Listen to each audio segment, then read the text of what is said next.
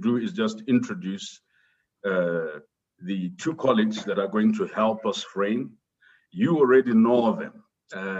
I should have said a happy Independence Day. It's a day late, but I realize that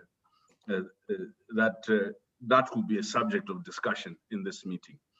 In our framing or opening meeting, and just to explain our program, we've broken this into 3 segments: the promise, the betrayal, and the future. And in our opening segment, we're going to ask Brother Depros Mchena. He's the Regional Director at Amnesty International, Regional Office for East and Southern Africa, and has been that since 2014.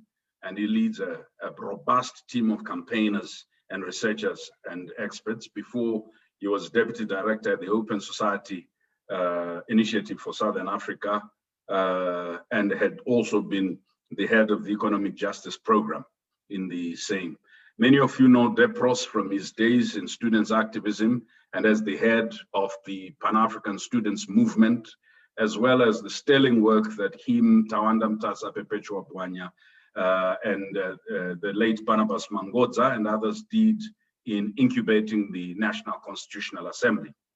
Depros is going to be joined by Brother Tendai Mrisa, Dr. Tendai Mrisa, who's a development practitioner, researcher with more than 15 years experience. He has published extensively on questions of agrarian policy and reforms, especially in Zimbabwe and Africa, and also on issues of citizens' participation and governance, as well as generally, I think his new passion is what people do to liberate themselves, what people do to govern their spaces.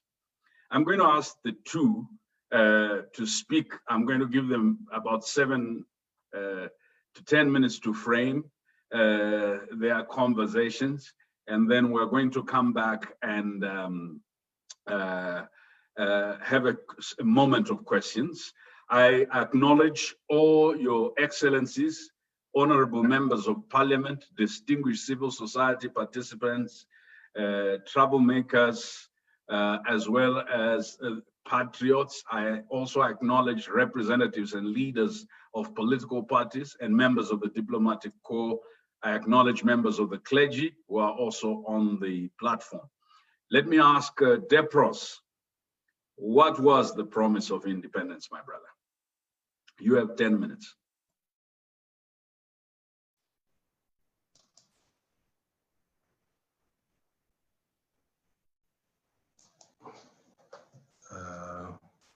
Okay, thank you, Brian. Thank you very much. Good morning, colleagues. Happy National Day, happy Independence Day for those who choose to be happy on this particular day. I was waiting for Tendai to start first, but you have done exactly what you do best, Brian, which is to always bomb on me. So let me just say that, look, Zimbabwe turned 41 years, and at 41, if Zimbabwe was a natural person, it could have been referred to as having come of age. At the age of 41, most of us, are expected to take responsibility for our lives. A lot of people in the community look to us to be a solutions provider. A lot of us look to us to be those who can carry the dream of the family forward. And a lot of us will be looking at us as those who provide an environment for well-being in the family. Certainly for Zimbabwe at the age of 41, if it were a natural person, it would be very difficult to assess it on the basis of the things that I've just said. You asked me to talk about the promise of independence. We know that the establishment of the Rhodesian state was on the basis of force, on the basis of violence, on the basis of fiction, and on the basis of fraud. That's how the colonial state was established. And it sustained itself on violence. It sustained itself on weaponizing the law as an instrument of repression, as an instrument of punishment, and as an instrument of reward to particular groups that it sought to protect. Colonial Rhodesia was run on the basis of two nations. Richard Gray, in his book, Race and Politics, Aspects of Central African History, clearly explains the nature in which the colonial state had created two nations. And one of the biggest expression of those two nations was the manner in which land was parceled out in 1930 as a result of the Land Apportionment Act, which essentially created reserves for you and me to subsist on barren land while fertile ground was offered to those who were of a white color. And everything about the state from that time, the institutional framework, the legal framework, was about rewarding the conquerors. It was about rewarding the white settlers. And so Rhodesia should be seen as a settler state, settler colonial state, which is a different variant of colonialism from your normal colonial establishments. Southern Rhodesia, Kenya, Algeria, Mozambique, Angola, they are of a different variant. So even the decolonization tends to be violent because the white settler has colonialism in his bones. So it was much more difficult to resist and dismantle colonialism. It had to take, armed struggles. People had to fight with arms to dismantle the colonial state. And it's a long story, but the short version of it is that by 1980, through a combination of negotiations, armed struggle, and resistance by ordinary people, a new state was born. So there were probably about 5 promises that I would walk through, which the 1980 state had to promise. The first promise that I think is significant for our discussion is that the new nationalist leaders, and we must distinguish them from liberation fighters. Nationalism and liberation are two different things. Nationalism is concerned with transfer of power from those who have it to the new crew. Liberation is creating a new society of liberty and freedoms. And that is the quest that we continue to work on today. What the first promise was dismantling the colonial state. It had to go. The colonial state, with its laws, with its policies, with its approach to two nations, had to go. In other words, the violence and the software of violence that constructed the colonial state was promised that it would go. Mugabe's famous words, "a place for everybody," was a statement of creating this new state, which would combine both developmental aspects of the state and democratic aspects of the state, and that it would get to work on the basis of dismantling the second promise, an economy that was based on economic dualism and enclavity. The formal sector, the informal sector, and the communal economy. This kind of economic structure was limited in terms of providing opportunity to Black people because only 25% of available labor could be absorbed in the formal economy, and the rest of the two economies were essentially sites of poverty, inequality, and unemployment.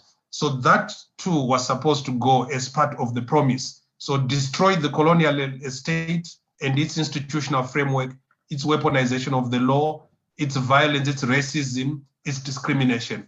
Go to the economy, dismantle the dualism and enclavity character of the economy so that you create opportunities for all people to coexist and access them. Ensure that the fruits of independence are shared equitably among a generation of people that were coming up since 1980.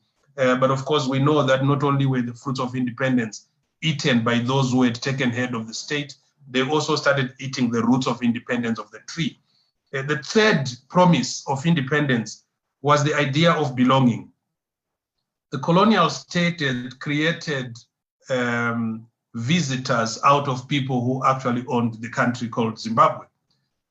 Because of the weaponization of the law, the second-class citizenship, and everything that was associated with deprivation. Many of the Black people in Zimbabwe, as we all know, were visitors in their own country. They did not belong to the country. They did not feel part and parcel of the project of nation building. They were excluded. They felt that they belonged to other types of formations.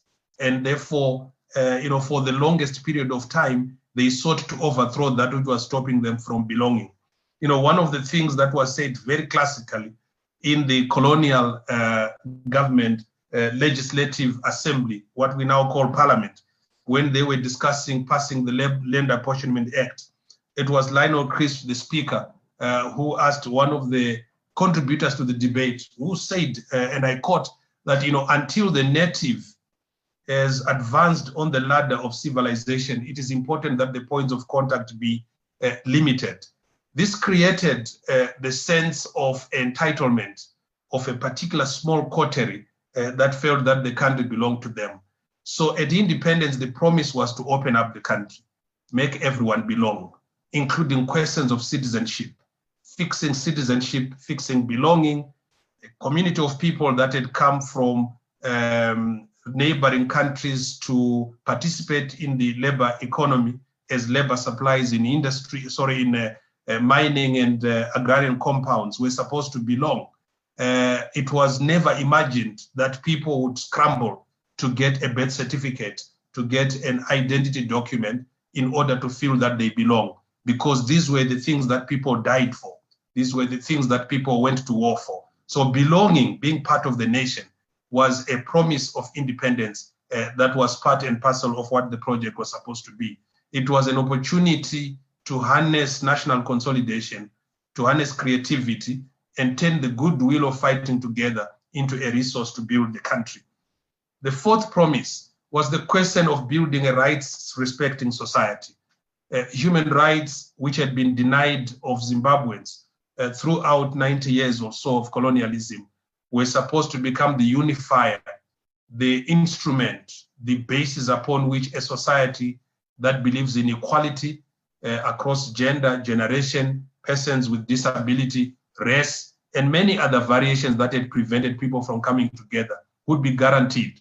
So we had a bourgeois democratic constitution that was negotiated at Lancaster with a Bill of Rights. But it's not just the nominal Bill of Rights which was supposed to equalize people.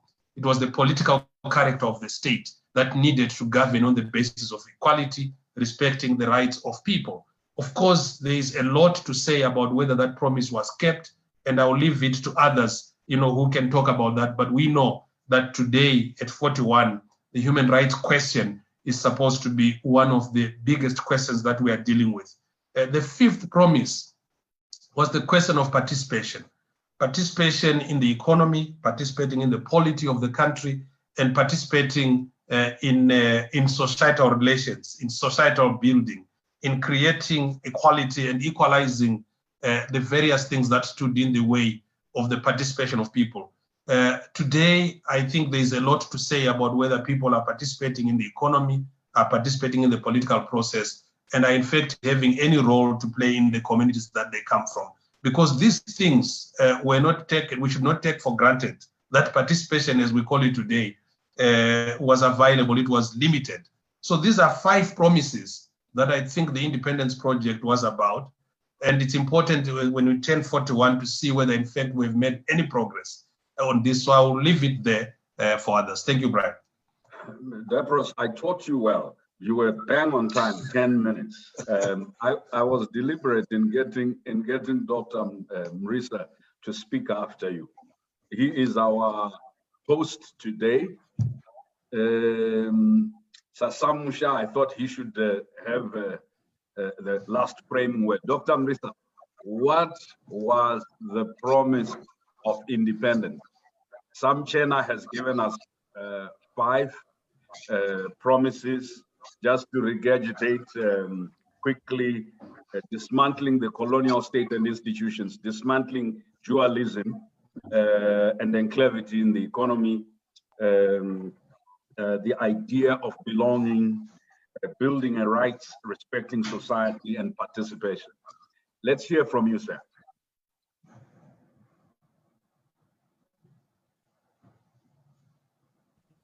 Okay, thank you, Brian. There are 2 things you don't wish for in any public meeting: to either speak after Depros or to speak after Brian. So today I have that disadvantage of speaking after these 2 brothers of mine. I'll try my level best to to build upon what what Depros has already said, I think of the promises, Depo, there was one that they kept on talking about, and even academics were asking, what is this? It is the promise of taking over the commanding heights of the economy. You know, it came up in, if you read the 1979 into 1980 ZANU-PF manifesto, it was always about saying we want to take over the commanding heights of the economy. But without a sort of the challenge, the reason why I'm mentioning this is it was the challenge of saying, how do you convert this promise into practical action? What exactly are these commanding heights of the economy? And what do they look like? And how do we make sure we take over? So I think that was just one of the promises that Depros listed. I thought that is very important. But I think in the promises are made in a context. So I want to dwell more on the context where promises were being made. And it's just 5 points, I hope, then I'll be done. The first one is being the one that Depros made reference to, the kind of colonization that Zimbabwe had, which was sort of different from sort of the majority of what other African countries went through. Settler colonization is, by its very nature, as we call it, settler colonization. The assumption is that they are not moving, they're not going anywhere. They are here to stay. You see this in the more advanced economies. If you look at Australia, if you look even at the US, that's a form of settler colonization where they come. In other countries, we had what we called maybe indirect rule, as informed by Lord Lugard and others, especially when you look at West Africa. So this was indirect rule using the traditional sort of systems of power that were existing in the colonies. But in Zimbabwe, they came and they instituted a brand new state, a brand new order, and new sites of power and new ways of doing things. So, and in the process, even leading to independence as one of the ways of ensuring that, number one, to delay independence, or number two, to entrench their rule, they created a buffer, which is what Malcolm X will call maybe the house Negro, but not necessarily that one, but the more successful blacks were sort of accommodated in both manufacturing and also in the agrarian sector. So when we talk about Kumatenga, Minda, those places like Nsengezi and everywhere, they were places where they were beginning to create or to help consolidate a black elite that was in support, or perceived as if in support of the colonial project. So that is one of the things about the nature of settler colonization, giving, if we go further, giving us, yielding sort of a comprador elite, a comprador bourgeois that saw itself as part and parcel of that kind of rule. And so that's one. Then number two, what happens, and Depros made reference to it to say, there was a liberation struggle that was fought, and that struggle was fought, and I would say it was fought and won by the liberation movement. But of the liberation movement, there were different class elements. The class element that took over the reins of the state of power was what you call maybe the nationalist elite. And that nationalist elite quickly became comprador in its sort of, in how it related with Rhodesian capital and even international capital. It sought accommodation in what was already in the economic cake that was in Zimbabwe, rather than trying to dismantle or to undo it.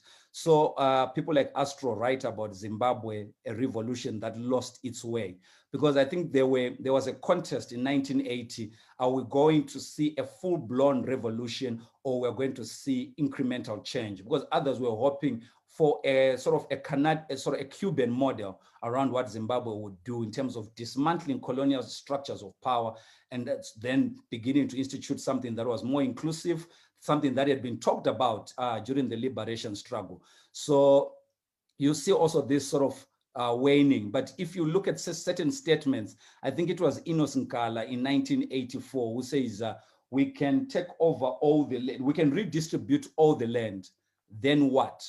The answer is too ghastly to contemplate. Beginning to tell you that even what they'd been talking about, because in the Pungwes and the rallies that were being held leading to independence, the promise of land ranked among some of the highest in terms of promises. So that was sort of the challenge around the route that they were going to take, given the diluted nature of that liberation movement that had taken over the reins of power, being run now by a nationalist elite. But also, I think it's very important for us to admit that Zimbabwe's independence was not only via the gun, it was a negotiated settlement. And in that negotiated settlement, there was a promise that the constitution will not be changed for 10 years. So that sunset clause, number one, it delayed any radical changes that government was entertaining, but it also gave room to white minority rule to begin to consolidate power in a different way, because they still found themselves in parliament, albeit their numbers had been reduced, but that gave them 10 years to sort of figure out what they're going to do with their power that is sort of diminishing. And in the land and agrarian sector, this was also the moment whereby globally land reform was moving away from a state-led model that had dominated the 60s and the 70s. But by 1979, we saw a new model come, which they called the willing buyer and willing seller model. In this model was literally to say you needed to have a budget to buy land. So whatever promises you had made around land reform prior to independence, now you had to grapple with budgets, and now you had to pay off for land, etc. So that's an important context in terms of the promises that were being made, in terms of how practically could they be sort of delivered. So then you have also the challenge of Zimbabwe's inherited debt. If you read Bond and Manyanya, I think it's 2003, Zimbabwe's plunge, talks about how Mugabe was being courted in all these international capitals to sign on to say that they were going to actually pay the debt that had been sort of accumulated by the previous regime. And this debt was in two ways. Some of it had been for infrastructure, but some of it had been for weaponry to fight against the terrorists. So all these things had to be sort of thought about to say, how do we then resolve all these issues? So the challenge was, given that context, was it going to be a revolution or incremental change? So that was the challenge around, even in the framing of the promises that were being made. So what we see in 1980 to 1981 is a renewed excitement or zeal, citizen zeal, etc.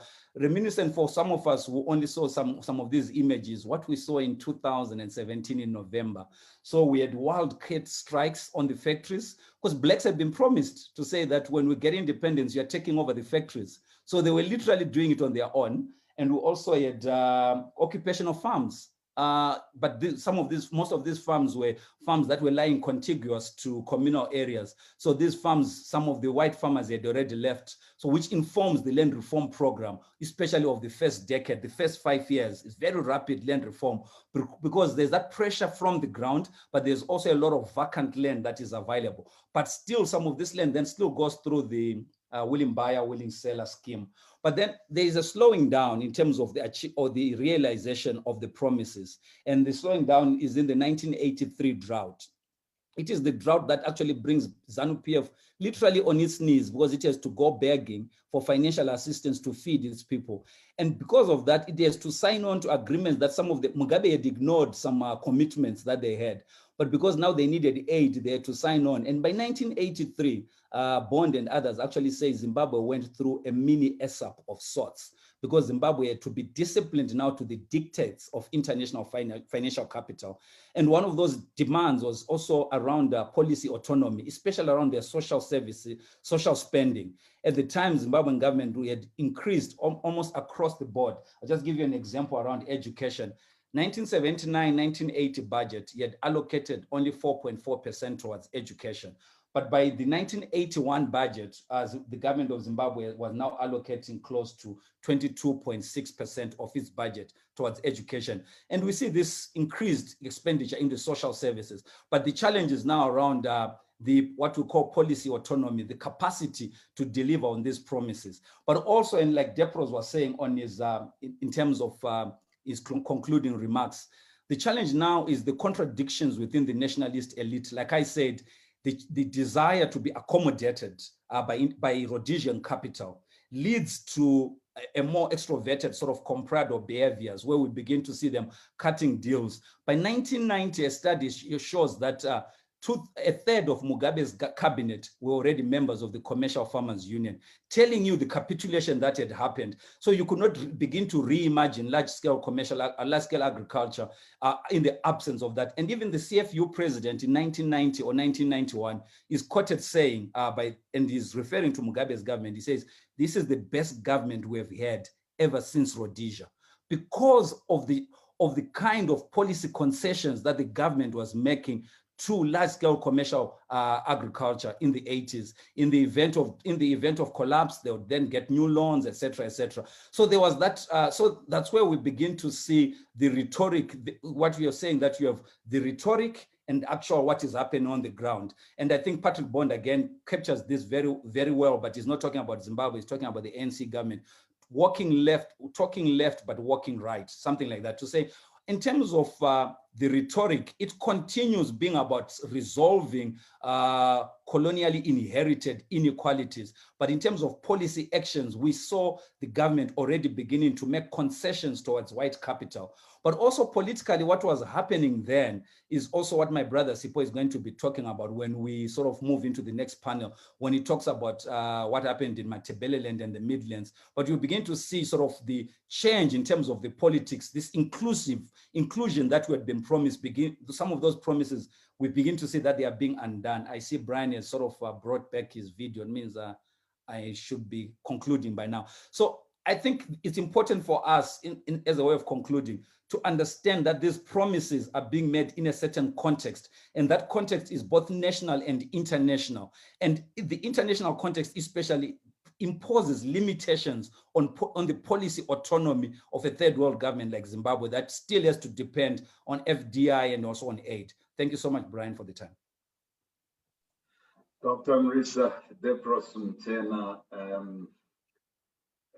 you know, the most outstanding thing is that the last point that Dr. Marisa makes, the national, regional, and international context of Zimbabwe's transition to independence is often not sufficiently analyzed. In the apartheid regime in South Africa was attacking frontline states, bombing them.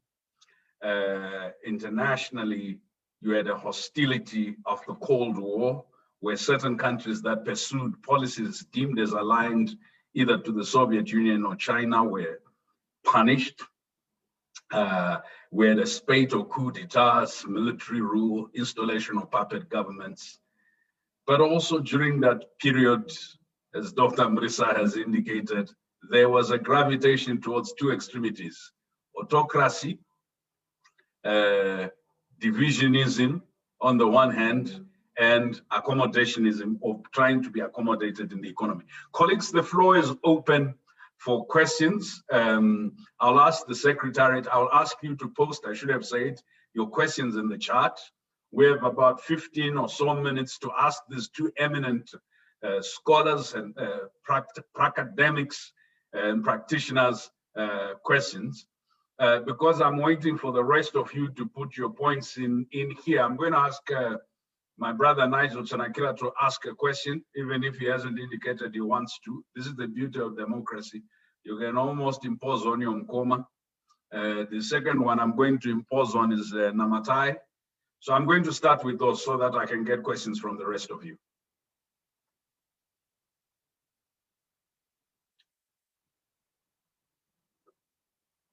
Dr. Nigel Chanakira.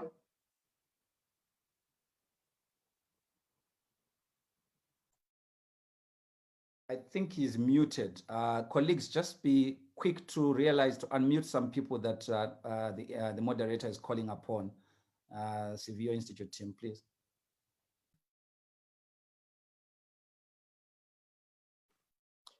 Thank you. Not expected, but Brian, I think those presentations are very much on point. And I think for me, what rings true and the question that I would want to ask is, to what extent was the land issue such a major impediment to, the promises not being fulfilled? I remember very clearly one of the quotes by the late Dr. Edson Jobbo, who then pointed out that this we've turned out what was a great revolution and turned it into a mere agrarian, reform program for some elite people. And, that kind of pointed, to a bungled land reform program, because it was really one man, one vote as a promise, which is then the democratic play that both our eminent scholars have pointed out to. But then clearly tucked away in that Lancaster House agreement is that delayed program in terms of the land reform. And with it, of course, comes the influence of capitalism. Now, I would say that there may well be a point to say that that 10-year delay, or whatever it ended up being, may well have really been the foundation of some of the problems that we have. So perhaps let me just tease out that particular aspect, that if this thing had been done differently, either upfront or implemented in a more, shall we say, sane way, would we have a better result? And that's the question. Thank you. Thank you, Dr. Chanakira. Namatai?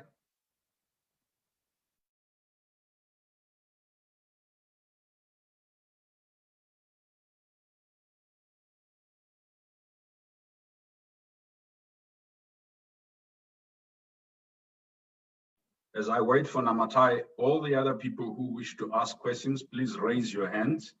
There's a little symbol that allows you to raise hands under reactions, or type your question in the chat. We will respond to it.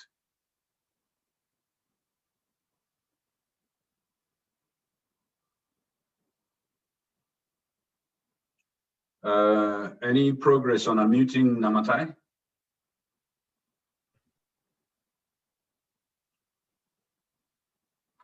She's still on mute. Please go ahead, Namatai.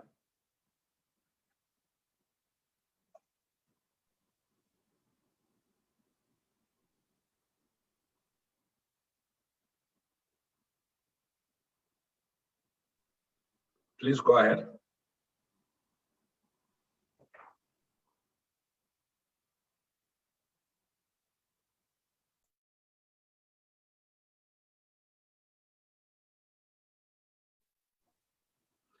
Okay. I think are you okay? Go ahead. Hello?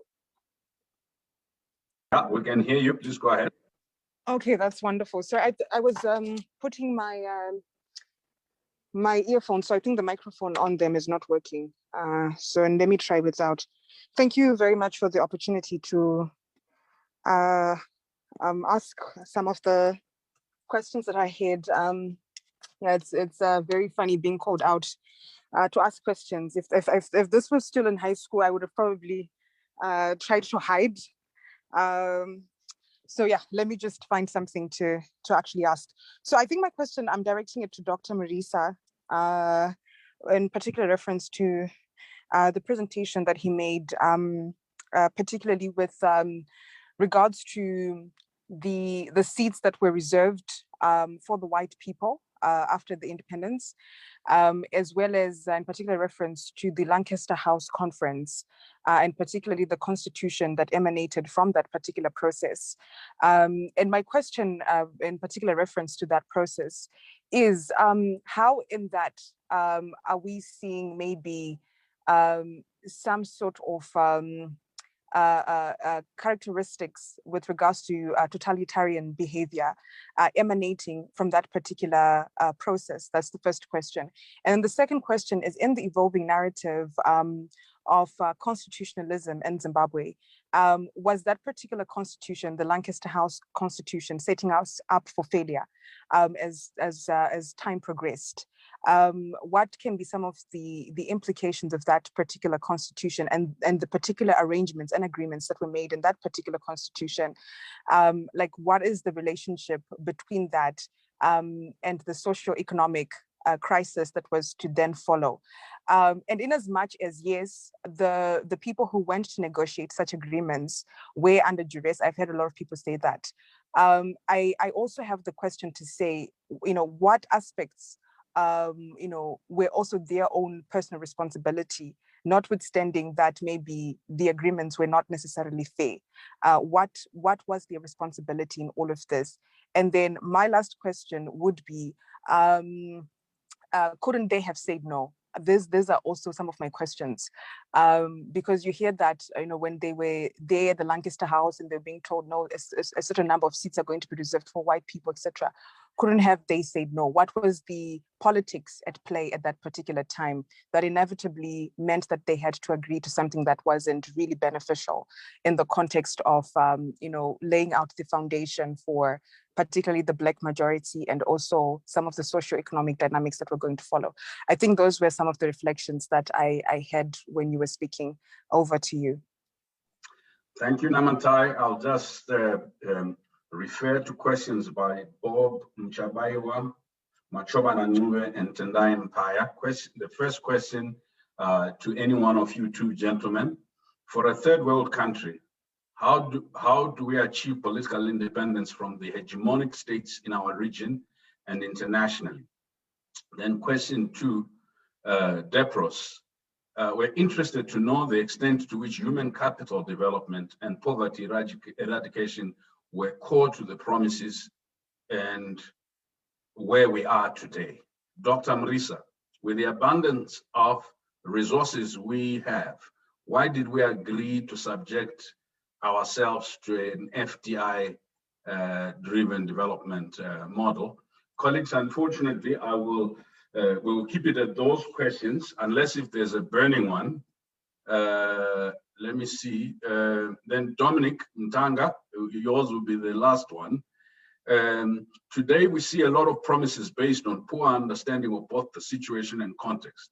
What informed these promises, and were they based on any evidence or just experience?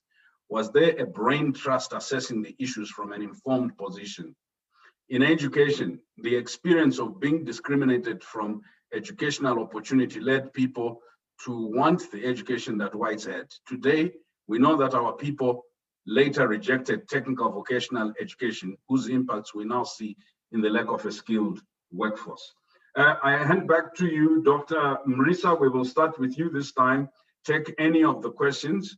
I will give you 5 minutes. And Depros, I will also give you 5 minutes. With the grace of the clock, your 5 minutes could be 6, but let's see how gracious the clock is. Yeah, and allow me to start off with a joke. Behind me are 2 papers. As I finished presenting, I got a message from my wife saying, please remove those papers. I can't remove those. Those are essays by my 7-year-old daughter about the Zimbabwe she wants, the friends and what she's hoping for in Zimbabwe. So as we're having this conversation, we also have it with an understanding that we're talking about a Zimbabwe in the past, a current Zimbabwe which we occupy, but also there should be a future Zimbabwe for others. So I'll start off with questions by Namatai, my wonderful sister, around some of the things we signed on to. Couldn't we say no, etc.? Did we have the autonomy to agree? I think the context of the liberation struggle and where we were going, I think we were getting in Southern Africa, for that matter, especially Southern Africa, with what Brian was saying, the South African sort of response, and also how it was attacking liberation movements. And also our colleagues, those who were supporting the liberation struggle, our neighbors, Zambia and Tanzania, where at times we don't think enough, the Zambians, our brothers from Zambia, Tanzania, and Mozambique. But we're getting to a place of what I could call liberation or struggle fatigue. We're getting to a place whereby their economies were tanking because of sort of the alliances they had made. And international capital was responding in a subtle manner, beginning to force their hand in terms of a negotiated settlement. And also, I think even internally, the liberation movements themselves were at a place whereby they were also getting exhausted. So it was not the best deal on the table, but it was something. And it was protracted. If you look at the negotiations with the culmination of the Lancaster House, where the Geneva Conference and other conferences culminating with Lancaster. But all these were struggles whereby especially the two sort of the leaders of the Patriotic Front, Joshua Nkomo and Robert Mugabe at the time.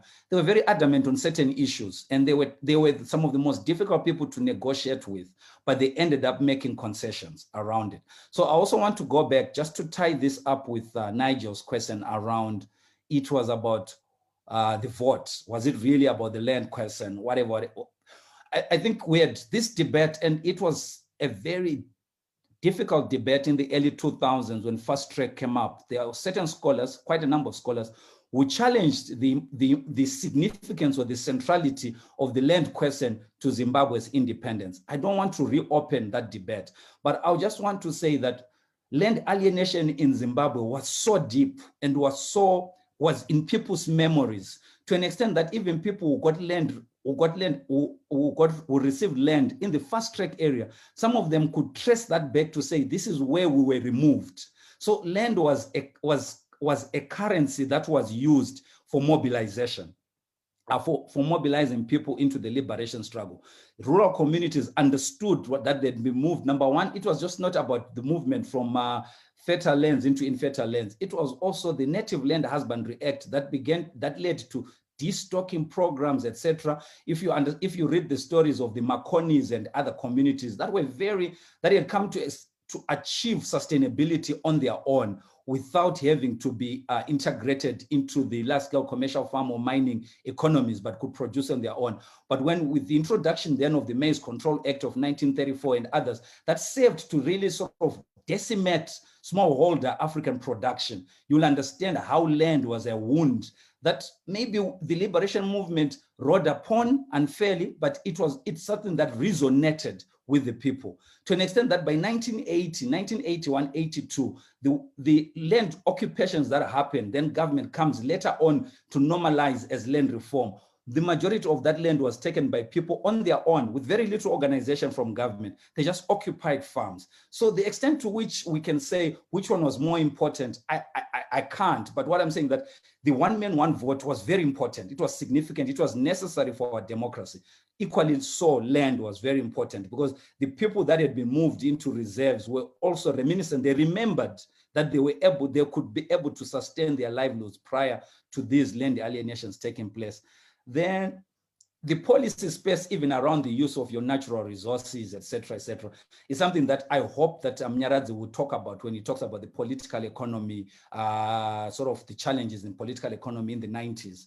So we'll leave that. But just to say that what we have to understand from a third world perspective is this concept that we're calling policy autonomy. Even the idea of the usage of your natural resources to pursue a certain kind of development in a context of globalization, et cetera, that also is tempered upon. You're not just necessarily going to be free to do that. Most of our natural resource at the point of independence, even up to now, a significant part of it is not mined by Zimbabwean entities. There's a lot of sort of interactions with international capital, international investors, FDI, etc. And you see, even now, and I don't want to analyze the contemporary situation because that is not my assignment, but even now we are going back we're seeking a deeper linkage with international finance as a pathway of recovery. So in the process, we have to discipline ourselves according to the dictates of international capital. Thanks, Brian. Thank you, Dr. Mrisa. Depros?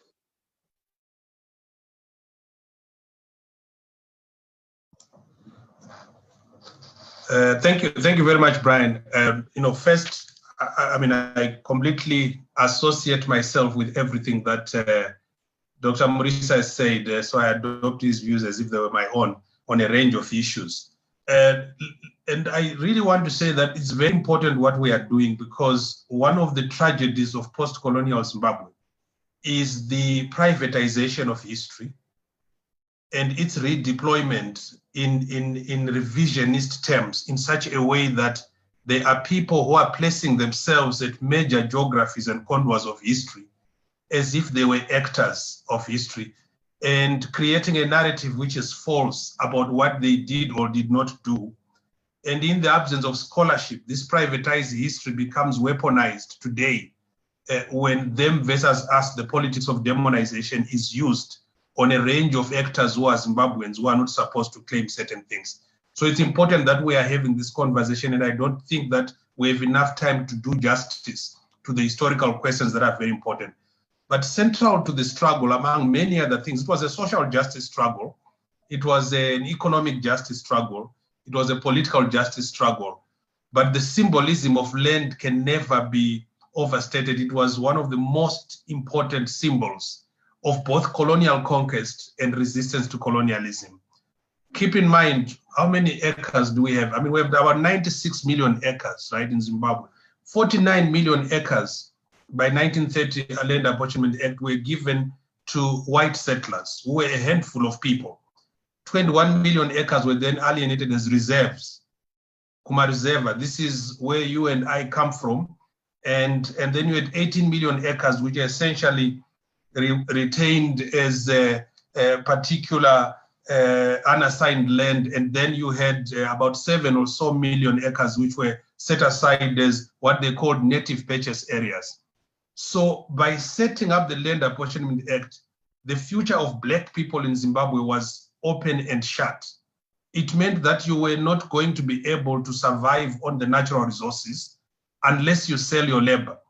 And selling your labor meant that you would then be subjected to another set of policies, the Industrial Conciliation Act, which created a job caliber in Southern Rhodesia so that our fathers and grandfathers could not be able to drive a train or to become what we call a sister in a clinic. You'd be a state-certified nurse and not a state-registered nurse. On housing, then they had to again segregate housing, and you could not work on pavements in First Street, right? The Plumen report, the Percy Ibbotson report invest into examining the social conditions of housing for Black people. So you start with land, but once you remove people from the land, you then create an entire panoply of legislation to then limit what they do in terms of accessing opportunity. Because Rhodesians were poor whites who were coming from all over the country after the Second World War. They needed to be protected.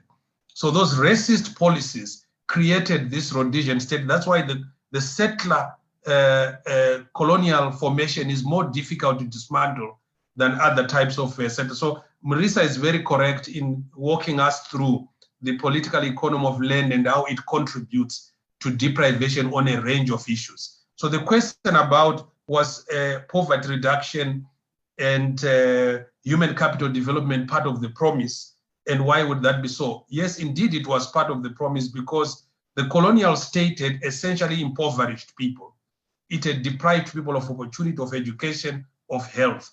So the post-colonial state, if at all it is a post-colonial state, I suspect it's a neo-colonial state.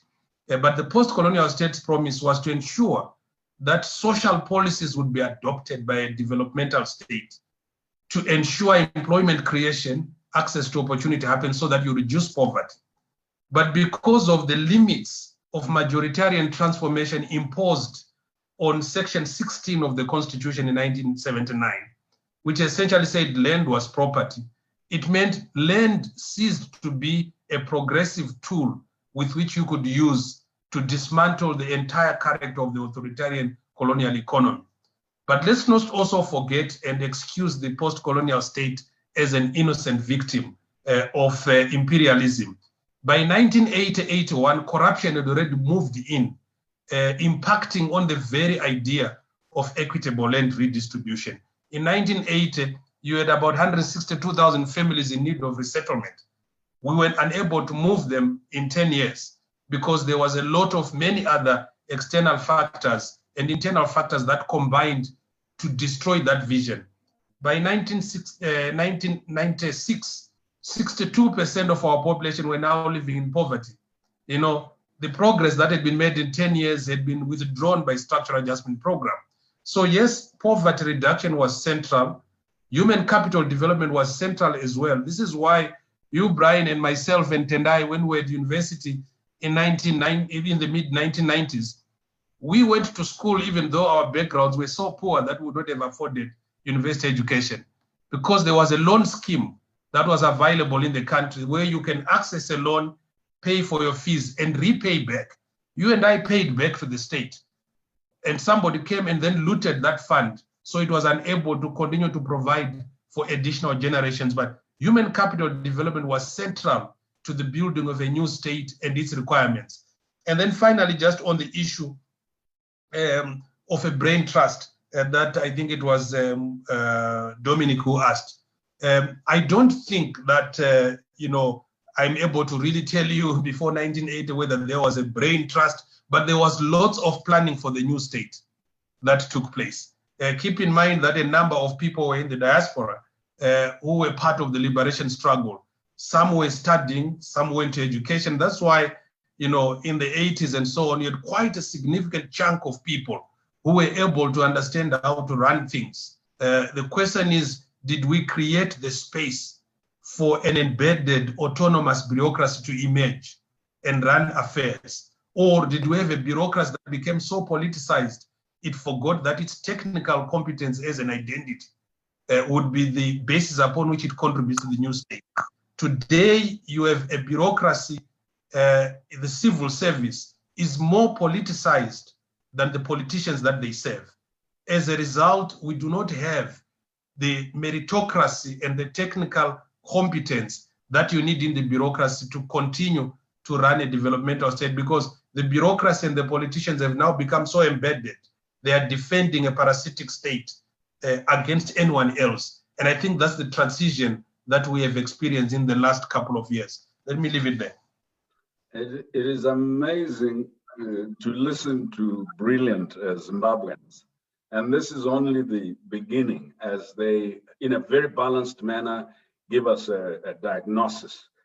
Let's take the gears a little one notch up and bring on board Comrade Tafadzwa Choto, who is the director of the Zimbabwe Labour Center, an organization that advocates for the social justice of the working class and is involved in empowering workers through political economy and paralegal training.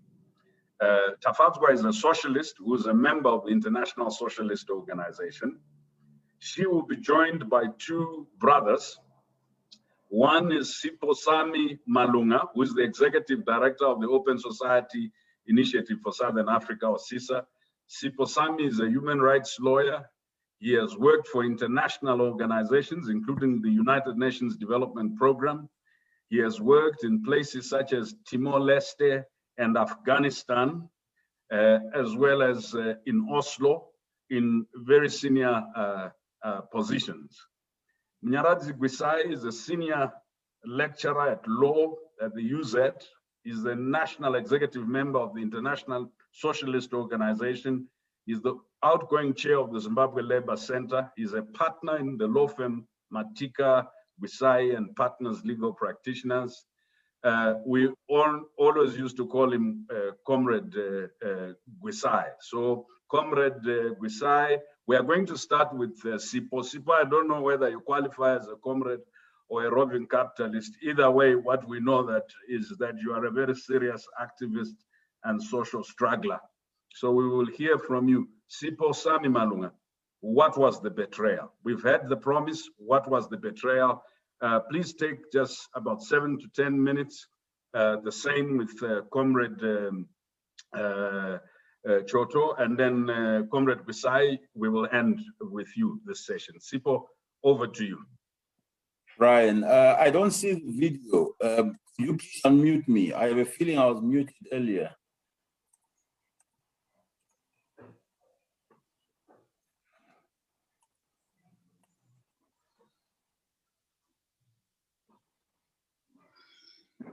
Hello? Okay.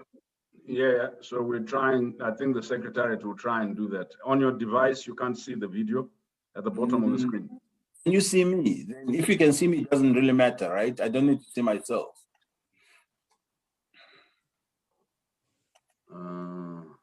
But we can hear generalism very clearly. Yeah, Okay.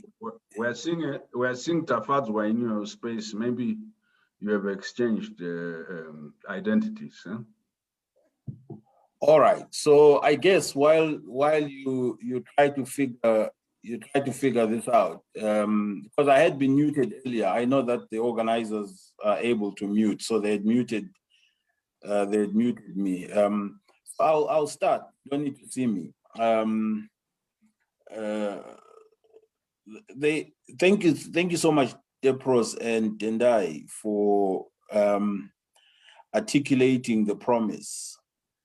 The betrayal is embedded in the promise, right? So you can only betray based on what you have committed to. The first huge betrayal was a decision by ZANU-PF, which I believe it took way before independence, to establish a one-party state in Zimbabwe. ZANU-PF never intended to usher in a democracy because a one-party state is inimical. It is intrinsically authoritarian. It seeks to force the political choices and views of an entire nation around a single command organization and entity. And it was very clear from 1980 that this was the intention of Robert Mugabe and ZANU-PF. So the revolution was dead before it was dead on arrival. People believed they were going to get something else, but ZANU-PF was clear on what it was going to give them. It was not going to be a one man, one vote, because inimically, a one-party state does not countenance an alternative vote. So your vote doesn't count if you don't agree or if you don't support that particular party. So we were very clear. ZANU-PF was very clear in its trajectory at the very beginning, and I believe that this was before it decided this before independence. On the other hand, PF ZAPU, and I'm not comparing, but it's important to highlight this, PF ZAPU sought to push towards what you'd call power to the people. The slogans of PF ZAPU were always around people.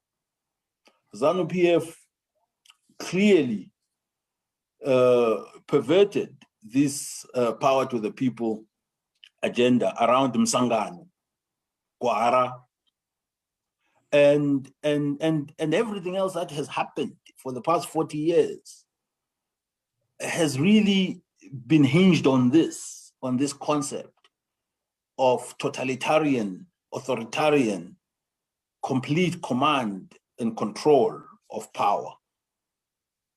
That is the first thing. So you see in 1980, ZANU-PF criminalizing opposition. And this has continued for 40 years because it cannot countenance opposition. Even as it embraced democracy as we speak in the new wave of democracy in the 90s, even as it claimed to tolerate opposition parties, it really did not. ZAPU was criminalized in 1980 all the way through to 1987. And you see something else that's very critical, aligned to this, which was the first point I made, one-party state, the politicization of ethnicity and the ethnicization of politics. Because ZANU-PF was clear that in order to retain and maintain its hold, it had to mobilize people around where it felt it would be more successful. So you have the Ndebeleization of ZAPU, a party which was a national party. And ZANU-PF successfully pushes this propaganda that ZAPU is a Ndebele party, when in fact the top 5, top 6 of ZAPU throughout, since its formation, 99% of them had actually been Shona. But ZANU-PF decides to ethnicize politics in Zimbabwe, much the same as it did when it was formed in the 60s, when Gala and others broke away from PF ZAPU. ZANU-PF was therefore always a tribal party, because we know that ZAPU was not. And you just have to look at ZAPU's reach, and you have to look at ZAPU's leadership. And this has continued. the politicization of ethnicity and the ethnicization of politics in Zimbabwe. Second betrayal, huge betrayal. So when we say Mwana wevu, who is Mwana? Who is a Zimbabwean? And we see Kukuraundi, this culminating to Kukuraundi, the massive mass-scale slaughter of Zimbabweans, who are not really Zimbabweans, right? They're Ndebeles, because they don't support us and we want a one-party state. You see the connections there. They don't really deserve to live. They support somebody else. So, as Mugabe said in his interview before he died, that Ndebele party, he said it. So it debunks all the notions and all the resistance that Kukuraundi was a genocide. It was a genocide. You can choose what you want, you can make it what you want. And as a result of the politicization of ethnicity and the ethnicization of politics, you have the alienation of a huge chunk of the population. Not just Ndebeles, by the way, the Ndau suffered the same. We know this. The third problem was the instrumentalization of violence to achieve political objectives. And again, this is something that had been crafted and decided way before independence. It had been utilized and used against internal dissenters, against perceived enemies within the struggle. Some people were dug into holes and pits and thrown there for days or months. They still talk about it. Ask Gumbo. It's a source of bitterness. Mkagao, the massacre of people, the Zipa, within the struggle. And the primacy that was placed on violence to achieve political objectives, that you don't have to persuade anybody. You don't have to win anybody's heart. You don't have to win their minds. You don't have to use intellect. You don't have to show results. You don't have to do any of those things. You just have to beat them into submission. You will use your power. You will beat them, you will kill them, you will torture them into submission. If they don't agree with you, you will remove them. And violence became, this was the third betrayal I'm talking about, violence became the core of political engagement. It became the basis on which power is obtained, maintained, and retained. The fourth, which was a necessity to sustain the first, the second, and the third betrayals, was the securitization and the militarization of the state. Because if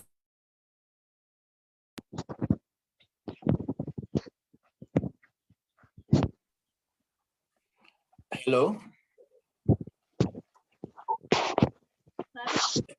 I was muted, sorry. Can you hear me?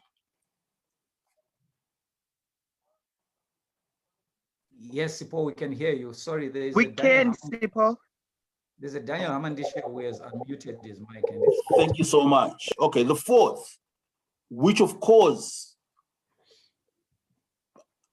underlays the first, the second, and the third betrayals, was the securitization and the militarization of the state. Because if violence is the raison d'etre, the basis on which you stay in power, you must monopolize it. You have to have a monopoly. Nobody else can have more violence than you. Nobody else can be more powerful than you. So you must have a monopoly of violence. So to do that, you must securitize your state.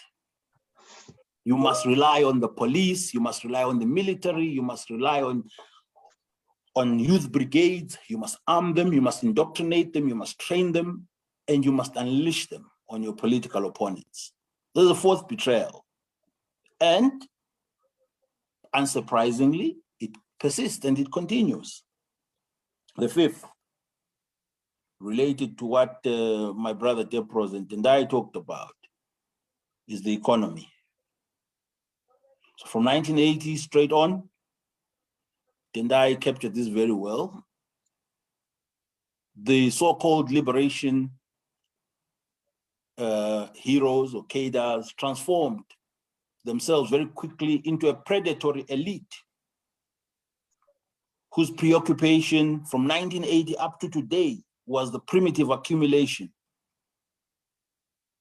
of wealth, or should I add, primitive and corrupt accumulation of wealth. I wrote an article in November, I think it was 2019, can't be 2020, about sanctions and corruption. And I detailed each and every corruption scandal since 1980. I mean, who has forgotten about Paweni, Zimbank Laurel, National Housing? I mean, who has forgotten about FOCA, the FOCA plane scandals? Who has forgotten about the VIP housing scandals? Who has forgotten? I mean, we've had 5 or maybe between 5 and 10 maize scandals since independence. Who has forgotten about all these scandals? And they happened under the command and control of the ZANU-PF one-party state, and ZANU-PF officials were right in the middle of them. We have even heard that the ZANU-PF finances were run down to nothing by functionaries that were assigned to look after them. ZANU-PF has nothing to its name now. It had Jongwe printing press, it had companies, viable companies at the beginning. It even squandered the companies it took from ZAPU by force in the 80s. And of course, a desire, one of the major betrayals, which is implicit in this predatory elite and primitive accumulation model, the creation of a prebendal state, a prebendal state in which elected officials feel they have a right to share the government revenue and use it to their own benefit and to the benefit of their supporters, their families, their ethnic, their clansmen, and their friends. 1980 to today. Zimbabwe is still a prebendal state. Thank you very much. I hope I'm within time, Brian. I'll stop there. I have a lot more to say, of course. You overshot a little, but we couldn't see your face. So I'll ask you to again look, either you try and rejoin, because we need to see your face so that people don't say that we manufactured a voice. No, that it wasn't really you. Yeah. Okay, let me log out and log back in for while you switch to another speaker. Yeah, okay. Comrade Tafadzwa, what was the betrayal?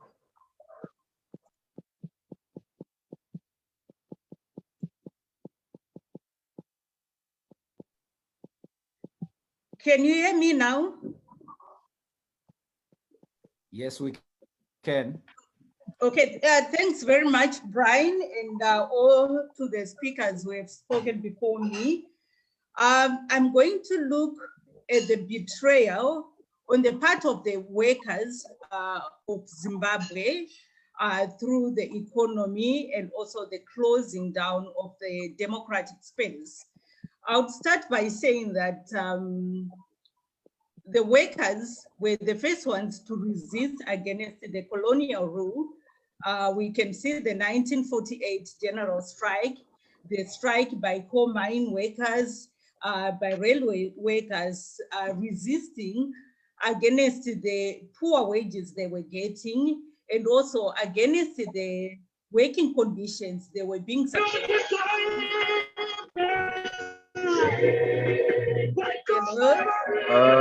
Please, can you mute yourself? Just hold on. Comrade, the administration team, please mute everyone except Comrade Chota and myself and Comrade Bisai. Please go ahead, Tafadzwa. Just a small request, Tafadzwa, since you were interrupted. Please lower your screen a little so that we can see your face. We're only seeing the top of your head, yeah? Can you see me now? No.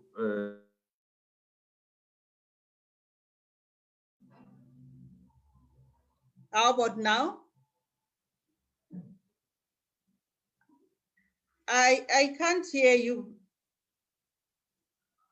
Can you lower your screen further, Tafazo? Just lower your screen. Are you using a laptop or an iPad? I'm using a laptop. So can you bring the screen towards you? Pull the screen towards you. Oh, I've done that. It's Keep now on very close to me. Okay, that's better now. No, that's much better. Okay. Oh, okay. Okay.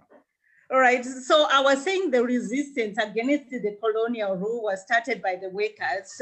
That's why we ended up seeing the shift by Joshua Nkomo from being a workers' leader to become a nationalist. And throughout the liberation struggle, workers played a very critical role. In 1972, they were part of organizing against the PS Commission.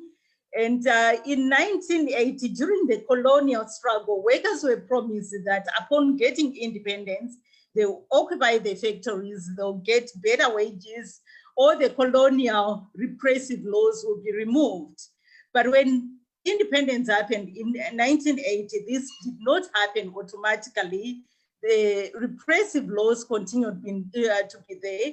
So we witnessed in 1998, in 1980 and 81, a wildcat strikes by workers against the miserable wages and also unfavorable working conditions, and resulting in the government being forced to repeal some of the oppressive laws, colonial laws, doing away with them, introducing the minimum wage of 1980. And I can say from these struggles by the workers, they were able to get what I can say the highest ever increment that workers in Zimbabwe ever got. But this was all reversed in 1991 when Mugabe's government adopted ESAP.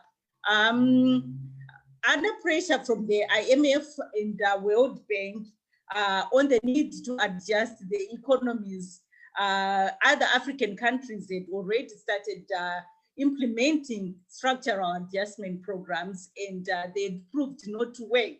But ZANU-PF went ahead with the recommendation by Chidzero to open the economy in 1991, to open the economy to the outside world, to allow privatization to take place, the free market. And that was the greatest betrayal to the workers, as the effects were disastrous.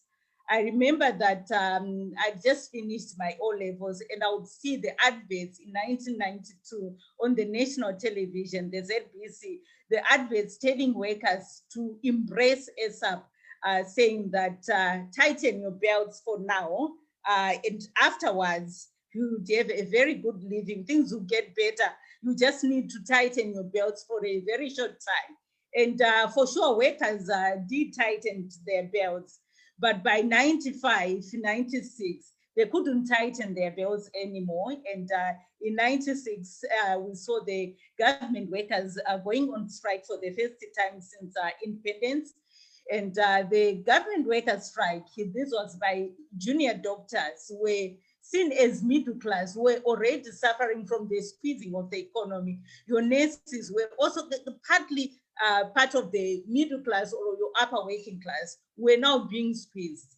And they were able to get increment after their strike of 96, but these benefits were short-lived because the economy was already squeezing. Prices of basic commodities were going up. Welfare policies on education, health, and so forth had been removed. And we saw in 1997, workers from the private sector going on strike with Saunders estimating that about 1 million workers went on strike in 1997, all in resistance to the harsh conditions that they were now facing under ESAP. And it was just not the workers in 1997. We can see that it was also opening to the other sectors of the working class. In 1997, we saw the war veterans demonstrating from from the poor conditions they were living under. And then we saw Mugabe's government trying to shift the burden from the by awarding the war veterans a huge lump sum and shifting that burden by introducing a 5% war veterans levy to the already squeezed worker, which resulted in a very successful general strike on the 9th of December. These struggles continued into 1998, and we saw that the Mugabe government then responded with a heavy hand. I just want to take you back to 1981. After the wildcat strikes, the government then brought 6 trade union federations together under the Zimbabwe Congress of Trade Unions, and it was headed by ZANU-PF loyalists, that's Makwarimba and Mugabe's brother Albert. So from 1981 until about 1988, the ZCTU, the labor body, was under the armpits. It was controlled by ZANU-PF. But with the coming in of Morgan in 1988, we saw the labor body demanding its own independence, with Changirai issuing a solidarity to the students who were demonstrating against the one-party state, and also the corruption by the government minister, the Willowgate scandal. So the government from 1988 started labeling the labor body an opposition. And that's why in 1997, 98, it came hard on the workers who were resisting against these economic policies. So their response was a repression, closed down the economic space. And these workers were being retrenched. Some of them went into informal sector, and we again saw the informal sector being attacked. All these were provinces that the ZANU-PF government had made in 1980, that it was going to allow people, it was actually encouraging cooperatives so that people could earn a living through doing dignified work. But with the coming in of ASAP and also moving in to become a repressive government by ZANU-PF, by Mugabe, they were now closing all these, and it resulted, we saw what happened in 2005, Muramba-China, and so forth. It has continued up to now. So the greatest betrayal to the workers is that the miserable wages that they were promised that would be removed are still there. Right now, teachers are earning less than $50 a month, something that cannot allow them to live a dignified lifestyle. The opening up of space that the trade unions were promised, the workers were promised when they were fighting against the colonial rule, it has all been closed. Right now, if the workers are going on strike for better working conditions, are being arrested, with last year, Peter Mtasa, Japhet Moyo, being constantly harassed by the state. I would want to end up by saying that these betrayals, I would not want just to limit them to Zimbabwe, because Zimbabwe got what I would call political independence in 1980, but did not get the economic independence. It inherited quasi-state capitalist tendencies by Ian Smith that it abandoned in 1991. But it did not fully own the economy, just like what we are witnessing in most African countries, that the economy is still owned by the former colonizers, by the imperialists. It's still in the hands of only a few elites. I mean, Africa has got quite a number of billionaires, yet the majority of people are suffering. So this is not just limited to Zimbabwe, but it's the global economic policies that these countries have adopted under neoliberal economic policies that we need to get rid of for the full emancipation of the workers and the working class. And in Zimbabwe, it has been made worse by corruption, where the ZANU-PF elites continue wanting to benefit on their own at the expense of the majority of the people, and now also the economic sanctions that the government, that the country is experiencing because of its lack of rule of law, and also on the land question. It has continued to impact heavily on the working people. So those are the betrayals, and you find that most ordinary people today do not see the relevance of celebrating the independence because they are not enjoying what they hoped to enjoy. They are not enjoying, they don't have any economic independence. We have got more than 2 million Zimbabweans living in South Africa to run away from the economic crisis. So those are the betrayals that the workers and the working class have experienced. Thank you. Thank you, Comrade Tafadzwa. So Comrade Tafadzwa and Malunga have buttressed the earlier presentation. Malunga looked at the authoritarian, totalitarian monopolization of power.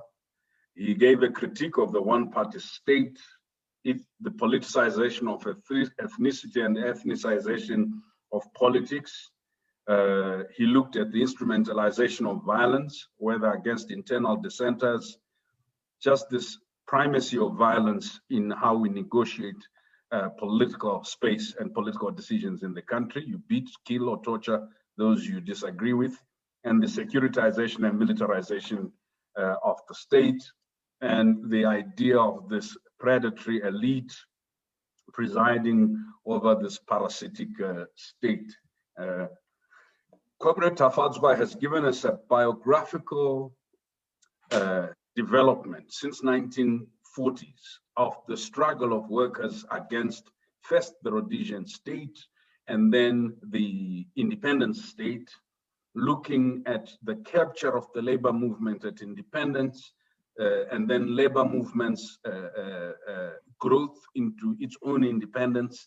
But she has looked at the internal and external dimensions of policy and the betrayal that workers suffered as a result of failure to change repressive colonial laws that did not afford workers decent work and decent wages.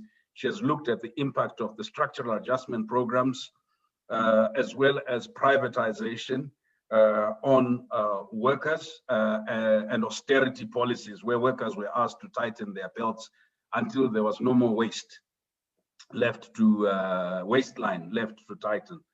She looked at how welfare policies were eroded and therefore the underinvestment or disinvestment into things such as education and health and the harsh conditions that people continued to suffer, not just workers. She reflected on the war veterans' protests and how the state, instead of dealing with the fundamental structural issues, would transfer the burden or seek to transfer the burden to workers who were already overtaxed, and how this led to conflicts, the strikes, the general strikes. And also she looked at the response of the state in criminalization of poverty, and she reflected on Mramba Trina, and ended by reflecting on the current status of workers, including public sector workers as teachers, whose wages are insufficient to afford them a life and a livelihood. And she's also reflected on the closure of space and the criminalization of the one right that workers had long fought for, the right to strike. But she reminds us that the betrayals we see in Zimbabwe of the neoliberal development model are not unique to Zimbabwe, they are global. Thank you, Comrade Sipho, Comrade Tafadzwa. Comrade Wisai, you have 10 minutes and to reflect on, from your perspective, what were the betrayals, having listened to your colleagues. Thank you, Brian, and my fellow panelists, Sipho and Tafi. Congratulations to the comrades at Savio for hosting this an important debate. I find it quite interesting and invigorating. You know, many of the comrades. Sorry, comrade. Yeah. You may have two devices on at the same time or near you. So if you switch one off, the feedback will subside. Yeah. Sorry about that. Yeah. Okay. Is that okay now? Perfect. All right. Thank you, Comrade Brian. So many comrades that I've known for decades, upwards of 3-4 decades. Some as my students at the University of Zimbabwe, others in the International Socialist Organization, family level, and others, and comrades in the trenches. So it's a privilege, and it's something that makes one feel satisfied in terms of the leaders of what we have been working on. But a very important debate. You see I stepped back, born in Rhodesia, and most of my primary school in Rhodesia. Independence Day was euphoria. In 1980, it almost rivaled Christmas. We started celebrating on the 17th of April into the 18th of April, the first year, second year. You felt independence. You felt the promise of the liberation struggle coming through. And in many ways, the first 2 years or so, as Marisa has given, showed the possibility of that promise. Government funding in education trebled as it did in healthcare and so forth. The promises that were talked about in terms of the economy, at that macro level, legislation that provide the Minimum Wages Act that raised workers' wages, and removed Discrimination Employment Act of 1980, and all those at a macro level, I also felt it. I mean, I grew up in a township in Gweru, small township. One of the poorer neighbor was Senga. Within the first 2 years, 2-3 years of independence, we're able to get roads tarred, street lights, extensions, and things like that. I went to Senga Primary School. Fletcher High School was just a stone away. But kids from my primary school never went to Fletcher. You'll be lucky if out of your whole cohort, 2 of them made it to Fletcher, which was a boys' school. Because Fletcher was only one of 2 A-level government schools in the country up to that time, Fletcher and Goromonzi. But in 1980, opened up, which meant that 3/4 of my class were able to join Fletcher High School. And incredibly for women as well. Fletcher was also open for women and so forth. Some of us were able to go to former white schools, former Group A schools and so forth, many blacks movements. So there was this promise. But I think as the colleagues have talked about, from an economic level, how that promise eventually today has not been fulfilled. I mean, you just see around the mooted celebrations of independence across the board for most people. The only person that I saw doing a full dance was a ZBC Anga woman in full flight and so forth. But otherwise, nothing like that really across the country.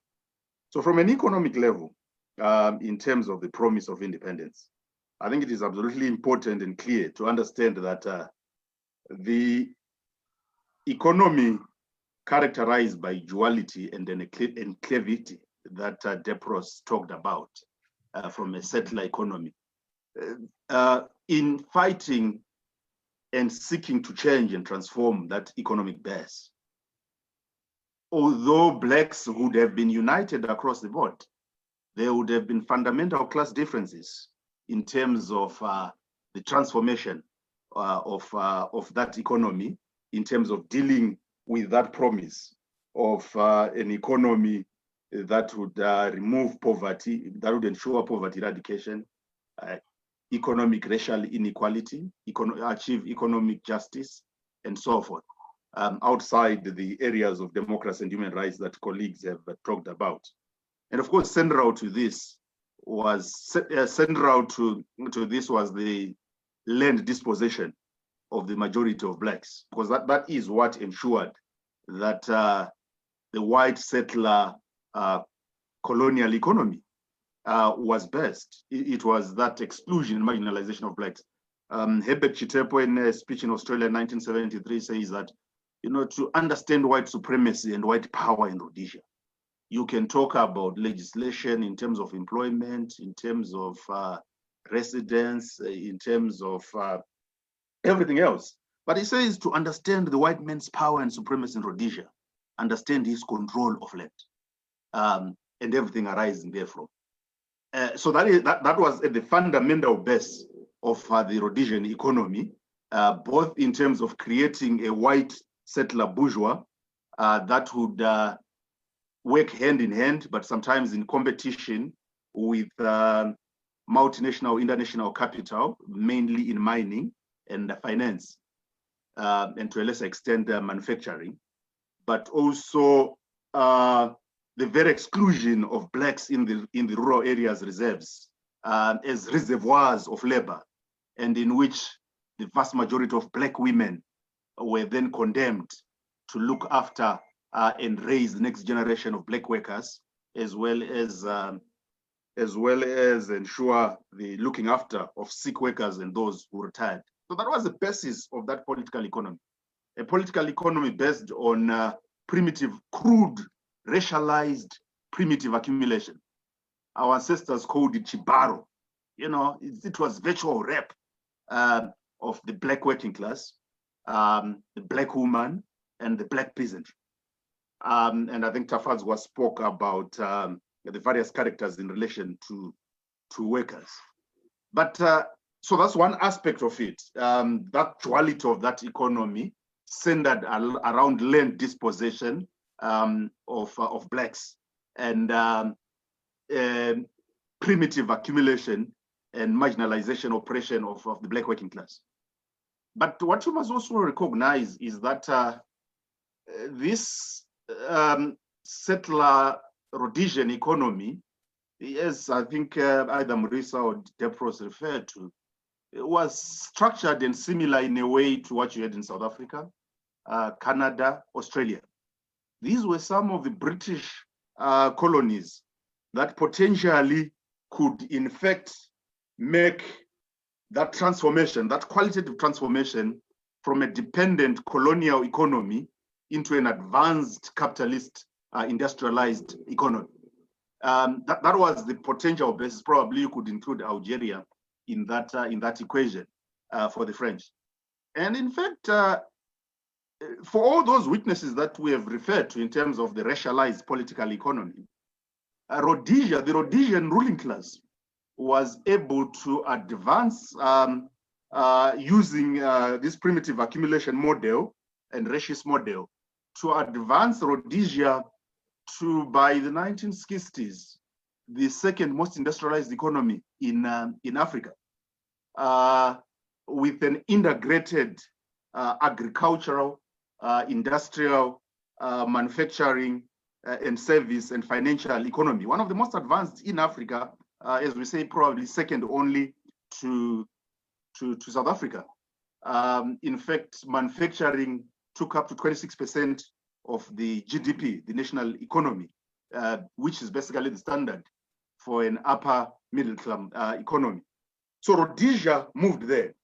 But the problem for Rhodesia, even by the 60s, was that a population of 300,000 whites, based on white supremacy, 6,000 white commercial farmers, and so forth, could not provide a sufficient population or economic base to propel it into full-scale industrialization, into full-scale advanced capitalism. And so that was the quagmire for Rhodesian capitalism, that the population was too small. And the only way it could advance forward was by incorporating large sections of the black middle class, create and establish a strong black middle class that would then provide the basis for the propelling of Rhodesia into eventually what became the Tigers. You must note that by the 1950s, Rhodesia was way advanced than South Korea, than Taiwan, than Singapore, the Asian Tigers. And in fact, if the Rhodesian ruling class had been able to deal with this issue correctly and in a manner that allowed them to allow proper elite convergence between the white ruling class and the emerging black ruling class, Zimbabwe would have been much more advanced, would have been an African lion long before the Asian tigers emerged. Indeed, as late as 1980, even after the Civil War, the Liberation War, the crisis, Nyerere was still calling Zimbabwe the jewel of Africa. That shows you the basis in terms of industrialization that Rhodesia was able to go through. But that failed. It failed critically. Sections of the Rhodesian ruling class, led by Godfrey Huggins, then Prime Minister, saw that and saw the need to do so, to create an integrated ruling class that would across racial lines, but a strong enough middle class that would power the breakthrough into industrialized capitalism. But that failed, and it failed critically for some of the reasons that Tafi referred to. It failed fundamentally because of resistance from Rhodesian white farmers who were not prepared to make the necessary compromise to create a black agrarian capitalist. It failed because of white workers who were not prepared to remove the color bar that would allow a black professional managerial class to emerge. But it also failed because the black working class rejected the attempts at creating a class collaborationist ruling class in which the black elites would be taken as junior partners, what Huggins called the horse and rider relationship. The black workers were involved in massive strikes in 1948, 1954, 1960-61. So the ruling class and elites of Rhodesia were unable to have elite convergence and harmony that would have allowed them to have a stable state and society to propel them forward for the reasons that I've given. And they went into civil war instead, and into a liberation struggle. And that liberation struggle radicalized the peasantry, radicalized the working class, increasingly so. And so that aspect, I think, is fundamental to understand in terms of the economic possibilities. An industrialization that was built on the basis of state capitalism or corporatism, that is massive state intervention, subsidies, and intervention in the economy. However, so in independence, as Marisa has already referred to, that model continues, expanded though in terms of state corporatism to black workers, peasants, but it comes to a halt by the 90s. By the 90s, there's stagnation. And the Zimbabwean ruling class, both in business, in government, in conjunction with in Western imperialist business and powers, then went through or undertook a fundamental re-engineering of the economy, the most fundamental re-engineering of the economy since the 1950s, into a new model of economic advancement and development. That model of economic advancement was based on the neoliberal free market model. Zimbabwe is open for business, opening Zimbabwe for business. That is ISAP, the Economic Structural Adjustment Program, along with many other countries in Africa and in the third world. But so the assumption, the premises was that opening up the economy, liberalizing the economy was going to allow this long wanted but unachievable industrialization advancement of capitalism in Zimbabwe. In other words, achieving a full-scale bourgeois revolution. But ISAP was an unmitigated disaster. And indeed, when you look at the fundamental structural problems of the Zimbabwean economy, outside the issues that have happened because of sanctions, because of the collapse of large-scale agriculture after 2000, the fundamental basis and structure of the economic problems of Zimbabwe, as in many other African countries, is in fact the failure of this neoliberal model started under ISAP 1.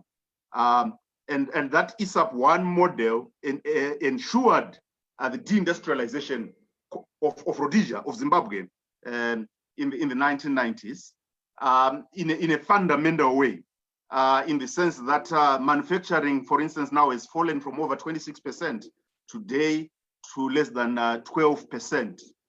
Thousands of jobs were lost. Under ISAP, 200,000 permanent industrial jobs and such other jobs were lost. And subsequently, you have had further losses in the economic crisis of 2007, 2008, 2009, where massive amounts of jobs were lost. And the ability of the economy to compete globally was in fact lost. So for a country like Zimbabwe, which had in fact built an industrial base, unlike your Zambia, your Mozambique, and so forth, ISAP was particularly ruinous because it destroyed the industrial base that had been built, maintained in colonial times and through the 80s. It was an unmitigated disaster. Economic growth went to less than 2% in this period, and so forth and so on. And essentially ensured that the neo-colonial dependent structure of the economy remained as it was, and in fact was enhanced. And what I call a failed ruling class strategy is one that is therefore seen, as I've already said, an industrialized economic base, deindustrialize, the dependency on international capital worsen. Now, for the Black elites in the state and in business who supervised and were in charge of this program, their dreams in many ways have been met, but fundamentally the dream of industrialization of a bourgeois revolution has not been met. But when you look at areas for them, like the managerial class of Zimbabwe, the CEO class of Zimbabwe today, that colonial question has in fact been dealt with. The CEO class of Zimbabwe today is in fact Black, is 99% Black, largely Black male. In fact, some of them, one of them has even made it to the top 20 billionaires of Africa. If you go to our universities, our vice chancellors, our professors, your biggest law firms, your biggest accounting firms, your multinationals, they are run by Black CEO class. And their lifestyles, they enjoy in the mansions of Borodale Brook, in elite private schools and universities of Southern Africa, and so forth. So they've made it to that extent. But fundamentally, in terms of shifting the relations of production to deal with the duality of the economy that they inherited, that has only happened in really substantially one area. That is the area of land reform. And where, as a result of the fast-track land reform, today, whereas before 99% of the country's 6,000 commercial farmers were white, today less than. Comrade Munya, I'll ask you to round up in 40 seconds. Huh? Okay, and less than, whereas today it is the reverse. Whites are now less than 5% of the 20,000 commercial farmers. So for me, the fundamental problem is that our economy today, 41 years after independence, is an economy that now relies on mining, relies on agriculture. In other words, it relies on primary products as its main essential economic base. That means the economy still retains a neo-colonial dependent structure. Our ruling class and the economic model that they adopted of neoliberalism has been a disaster. And I conclude by saying it is therefore clear that this class that has benefited the most from independence has also been the class that has failed to ensure the developmental state, the industrialization and bourgeois revolution that is essential. And it remains only for the working class as the class that is most powerful, the most enlightened and potentially most strategic class of working people to engineer a movement and development of society in a way that ensures the independence dream is carried through, including the fundamental change of relations of production within Zimbabwe, but also on a regional basis. Thank you. It's difficult to stop people, but because we have two other mini sessions coming up, unfortunately for your session, it's difficult to stop your former professor, that's all. Yeah. This session, I will keep your questions brief for two reasons. It's in part because I think I was a little bit more generous with you. There were several questions in the chat, and I'm asking the speakers, I won't read all of them. Please look at the questions in the chat, and you will respond to some of them. but I'll pick up one or two.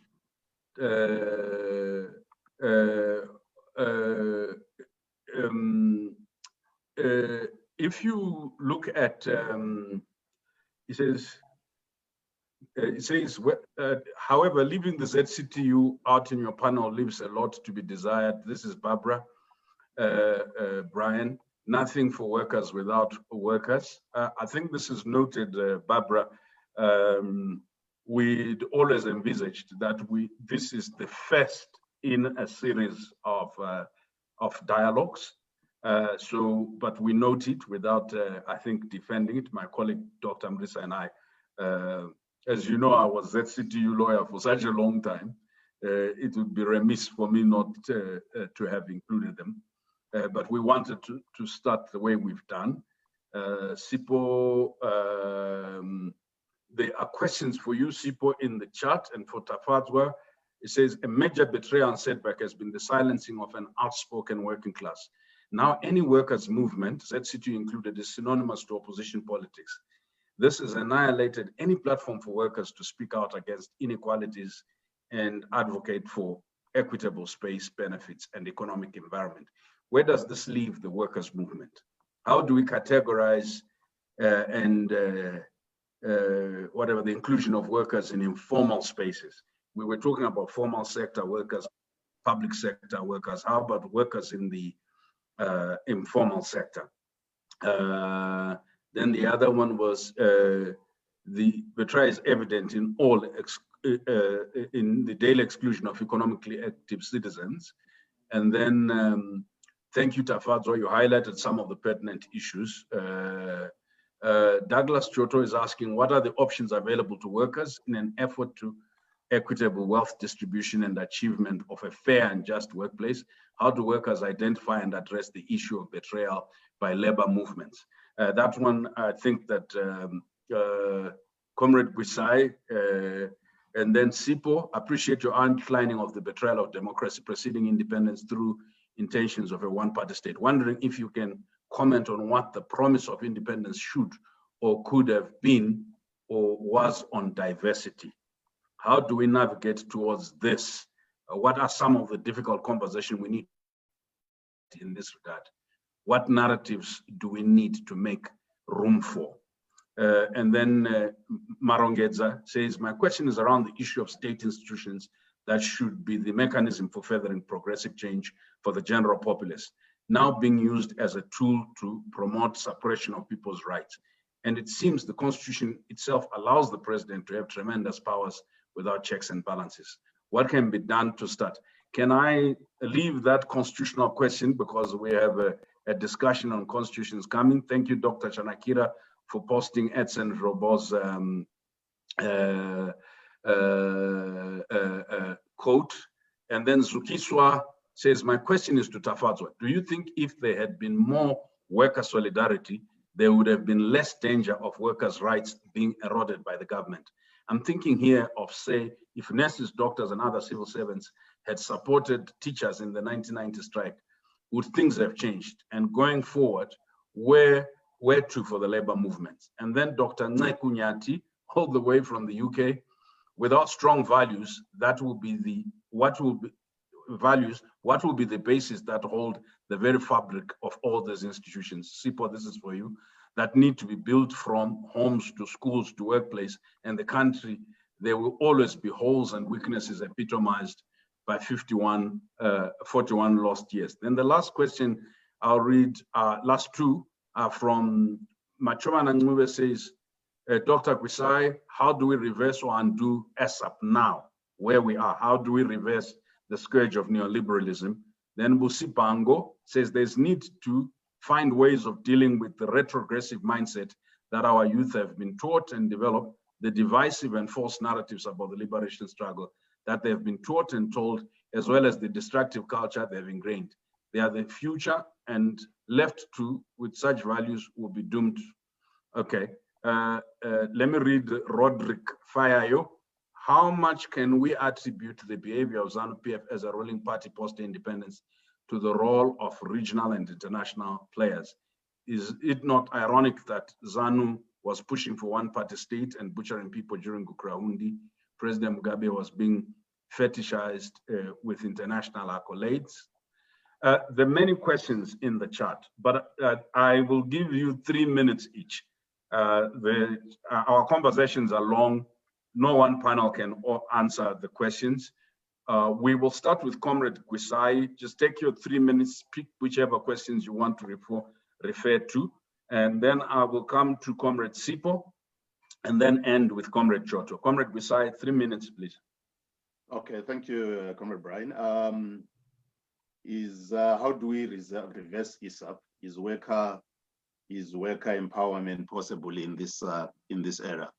So I've premised my argument on the basis that the only way forward fundamentally is through the class that is most affected and has the strategic power to do so as the working class. And we saw it in January 2019 here in Zimbabwe. We've seen it in Sudan. We saw it in the Arab Spring, the potential massive power of the working class in unity with the urban poor, the youth, and so forth to cause fundamental change. What we must see now is that today we are now experiencing the second round of ISAP. The stabilization program, that the STP, as well as the National Development Strategy, in fact, mark a return to pure ISAP as in ISAP 1. So there is now convergence and acceptance of neoliberalism as the way forward amongst the elites, but also in the opposition within MDC, the same mantra is accepted. So given that the elites are sold and bought on this, one cannot expect the elite classes of our society to lead a reversal of ISAP. The reversal of ISAP can only be led by what our teachers, our doctors, our nurses, our ordinary people are doing, our peasants at Shillonga, fighting back, uniting. And that therefore requires that they unite and fight back. That cannot be done outside an aspect of social revolution, both fighting for economic justice as well as political justice. So it is possible, and indeed, the failure of capitalism, especially shown in this era of the COVID pandemic, clearly shows, I think, the possibility of rising working class movements in this country, in our continent, and globally. Comrade Gwisai. Comrade Malunga. Thank you so much. Can you hear me? Yes, sir. All right. Okay. I'll tackle the question on diversity and the question on how do we move forward on the Kukuraundi, given that the perpetrators are in power. So thank you so much for this great question. And the question is, I mean, what was the promise on diversity and how do we navigate to attain it? So what people believe, what Zimbabweans believed and what ZANU-PF intended were two different things. ZANU-PF never intended to build an inclusive society. And we know that inclusion is the glue for diversity. Diversity recognizes that society is comprised of different people from different tribes, different genders, different races, and it celebrates values and recognizes this diversity and it protects it. It recognizes that some of these groups are big, larger than others are smaller, but intrinsic in respecting and valuing diversity is valuing the minority as much as you value the majority, protecting, advancing, and building a truly equal society that doesn't prefer anybody on account of their race, gender, ethnicity. So ZANU-PF, as I said earlier, has always held this political agenda and the ideology to destroy, persecute, weaken political opposition, perceived government critics, opponents, or anybody else that's against them. That's what they've built. This is the system, and the system is held together through force, violence, corruption, and everything else. How do we navigate around this? And the answer to navigating around this is the same. Is the same question. Is the same answer to the question about Kukuraundi, which is how do we move Zimbabwe forward? How do we unite Zimbabwe in light of the fact that we have perpetrators still in power? There is no way, and I say this without any equivocation, There is no way, after 41 years, ZANU-PF is going to change its ideology. ZANU-PF is going to change its political agenda to destroy anything that it perceives as an enemy. The language is the same, the enemy, beating, shamboking, you know, it's not going to change. And it's held together, it will continue to be held together by the apparatus of violence, security, and military. But it will collapse. It can collapse. And there is no way that the formal systems and processes that we believe are established to change power, to influence power, can work in Zimbabwe because they've all been captured. So there's only one way. And I say this without equivocation. It might seem impossible. It might seem a mountain too hard to climb. Unless ZANU can change, which in my opinion it can't, it has to be removed from power.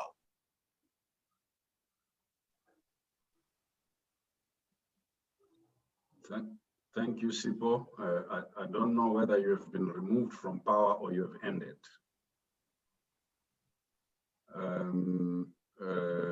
We stopped rather abruptly. I don't know if we still have him. Comrade Choto, you are our last speaker. Well, I'll just answer some of the questions. To start with, Zuki, Comrade Zuki, worker solidarity to each other is very important. Karl Marx said, workers of the world united will never be defeated. So if workers come together, we've seen that in history. I've referred to 1948 general strike.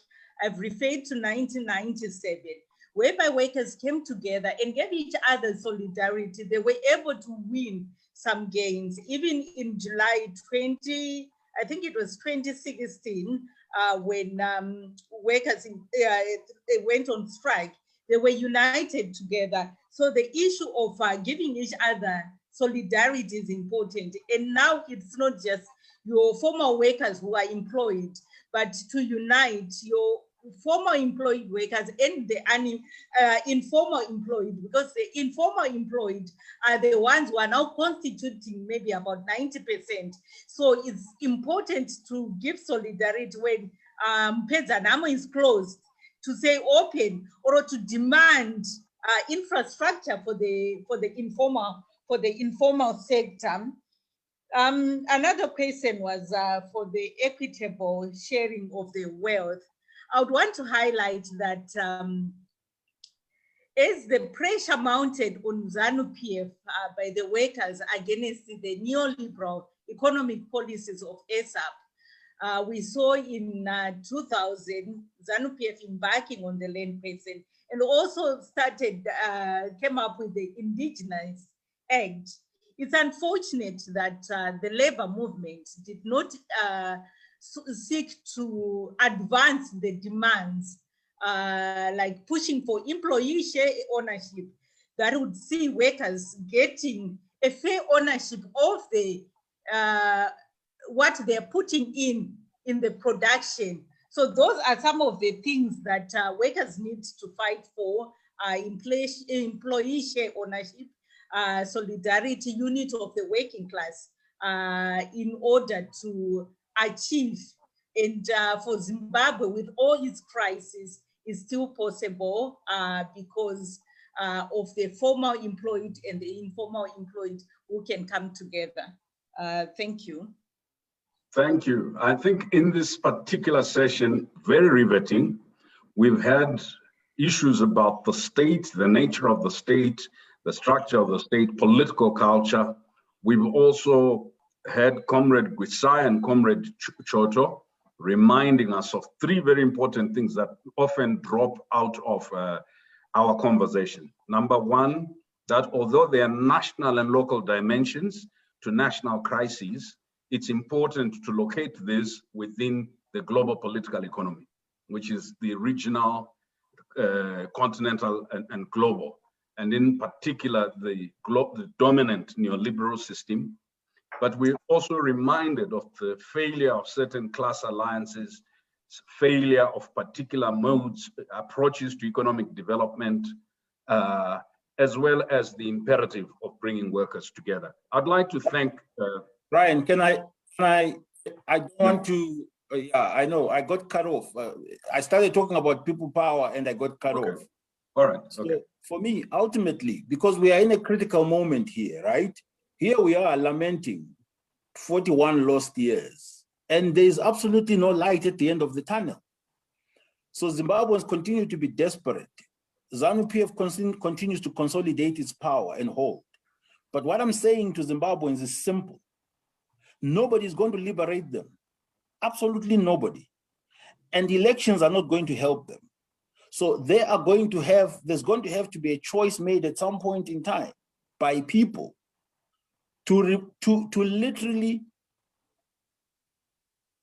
revolt against this oppressive, this predatory, this violent system. I don't know when that will be, but I do know that the human condition will always fight against oppression. At some point, we saw it with slavery, we saw it with colonialism. The system that is designed, that is ruling over Zimbabwe, has to be pushed back by people themselves. And I don't know when that will be. I've predicted at some point people will rise up. And my point is people should rise up. They should rise up. They should not in any way leave it to anybody to help and fix this for them. It's not me, it's not you, Brian, it's not Tendai, it's not the labor, it's not the politicians. The people themselves know, as we say in our culture, whoever is wearing the shoe knows how it pinches. Thank you. Thank you, Sipho. So I think that we've summed it up. Comrade Gwisai, Sipho has summarized his point. Comrade Gwisai made the point about the critical role of workers in taking us beyond the current neoliberal repressive moment of hopelessness. I would like to thank Sipho, Comrade Choto, and Comrade Gwisai. I want to thank you for your insights. Colleagues, I will transition almost immediately into a critical question. So how do we salvage the future?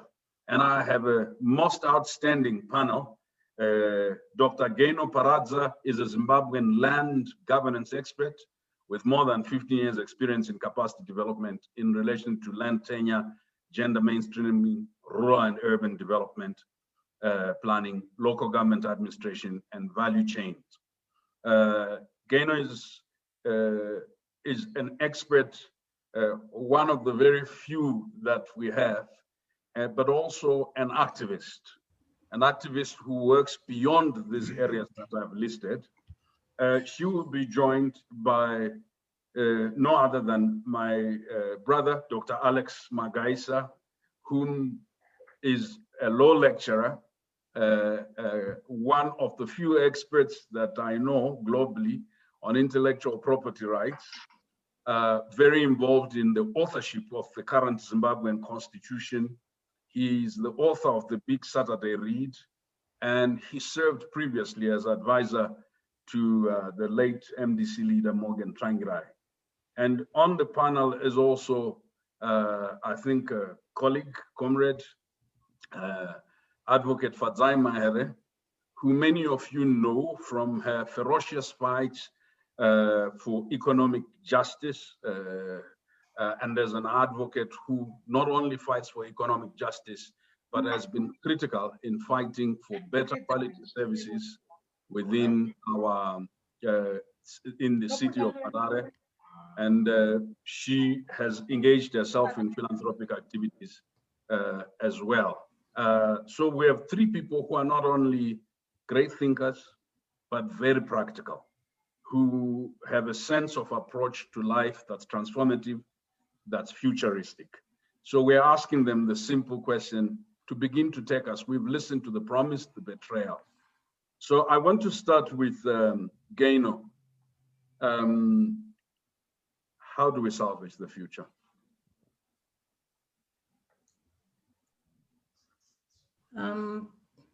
Good afternoon. I'd like to say thank you Happy Independence to everybody who is on the panel. Thank you for making time to come and listen to us.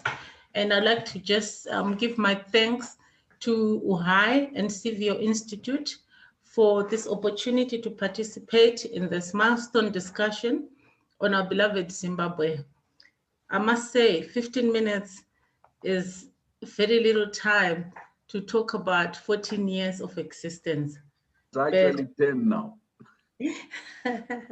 Okay, I'm transitioning from academia, so I'll try and use the academic time and stick to the 10 minutes that I've been given. So I'll just start by reiterating that what do we need land for? What do we use land for? What do we mean when we're talking about land? We are talking about something that is a place where we stay and build our houses, where we farm and produce food for own consumption and sell. It's a place from which we derive minerals. It's also a place from which we derive security. You know, when somebody is no longer working, that is a colonial relic, people go and retire, kumusha. When somebody doesn't have a job, it's a figure of speech in Zimbabwe that people say, why don't they go back home? The assumption is that there is a place to go home, that this place offers our social security. It's a kind of an insurance. It's an intergenerational asset that we keep on behalf of those who are going to come after us, having been given us ourselves by those who went before us. And it's also an asset that can be marketed.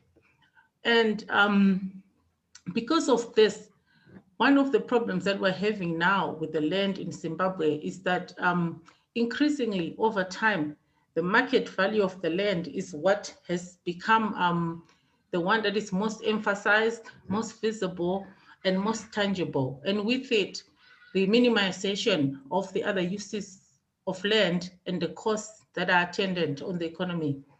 So people generally need land to secure their livelihoods. We also need land now in order to salvage the promise. We need land to ensure generational justice. People like to talk about the youth bulge. We have a lot of young people. I was listening to some of them yesterday who have never had a job, have never had a pay slip.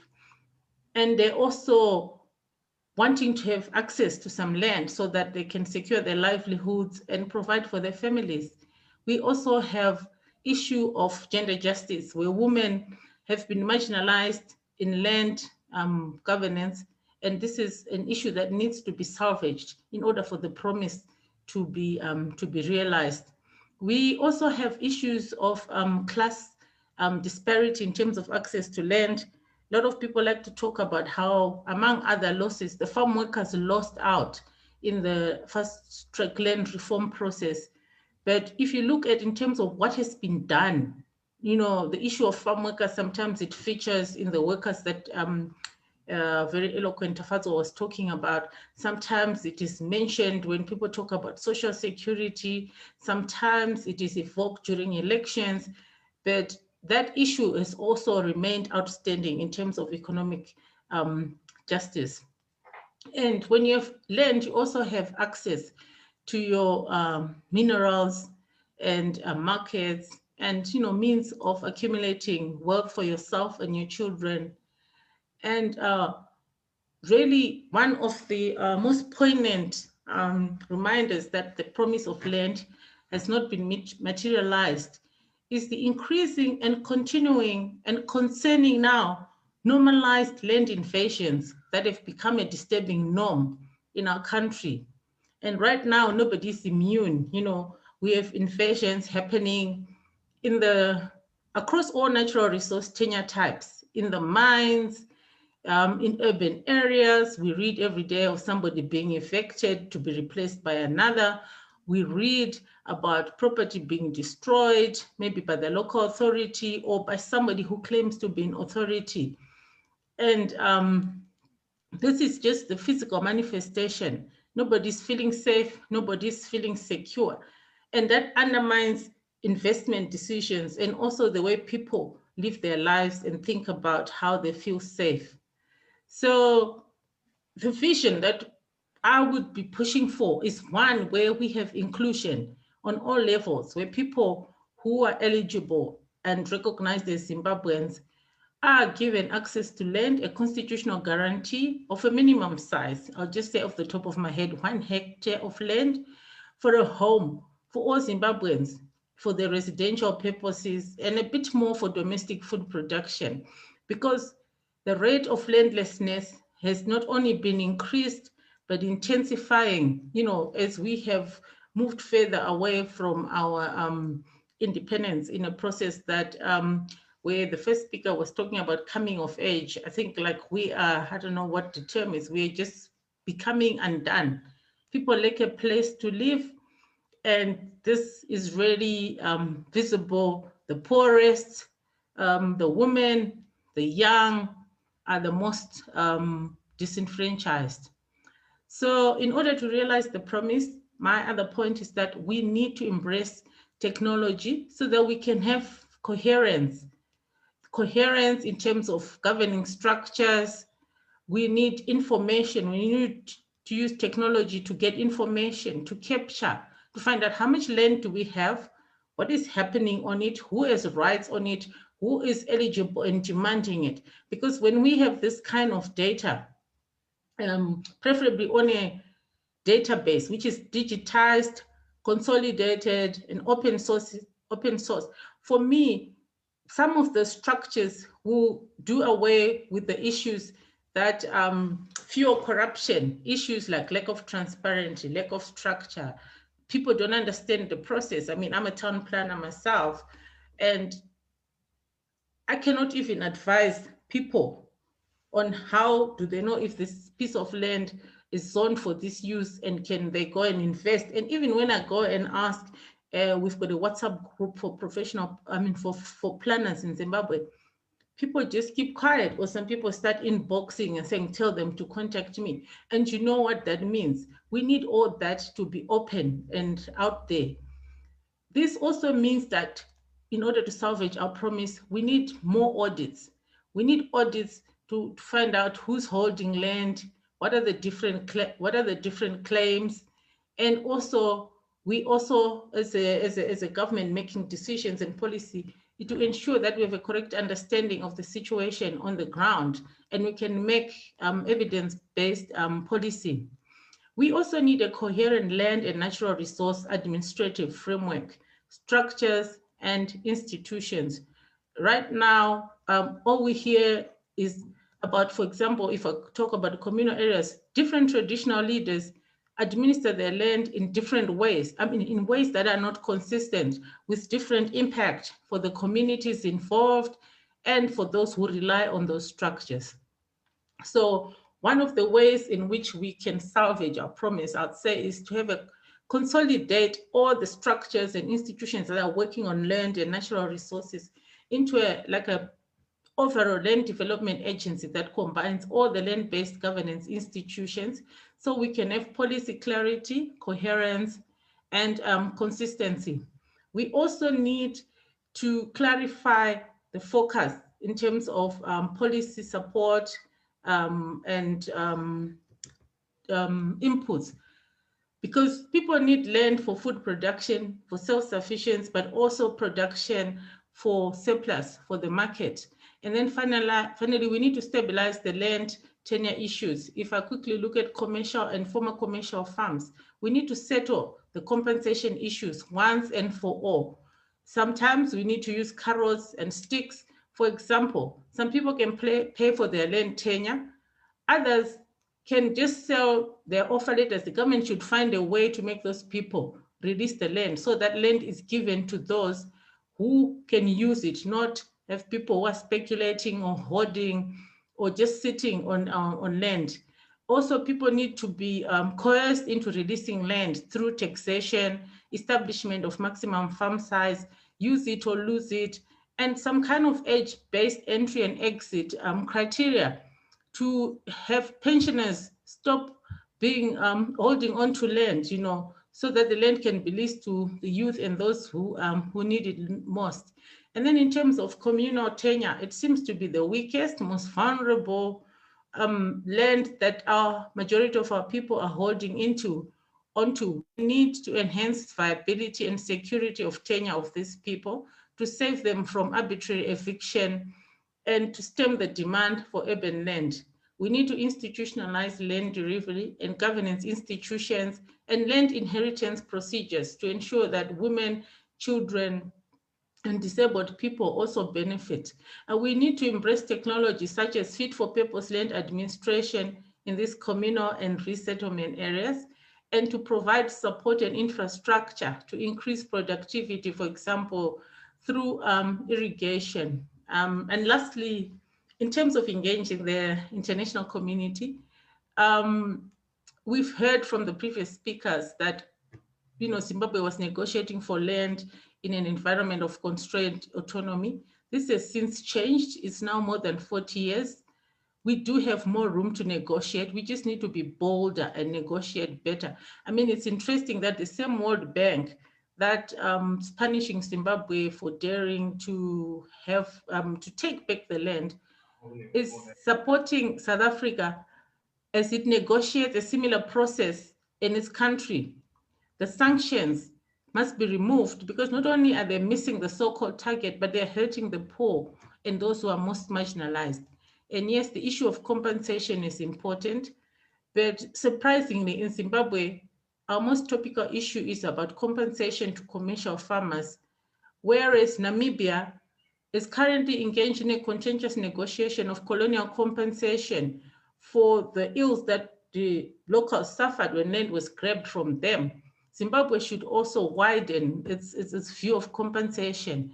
And we also sometimes need to mobilize the regional community because some of our issues are not just exclusive to Zimbabwe alone. They are also the same in South Africa, Kenya, and other countries. So that is where I'll stop, sorry. Thank you, thank you, Gaynor. It was so wide-ranging. Let me immediately move on to Dr. Magaisa.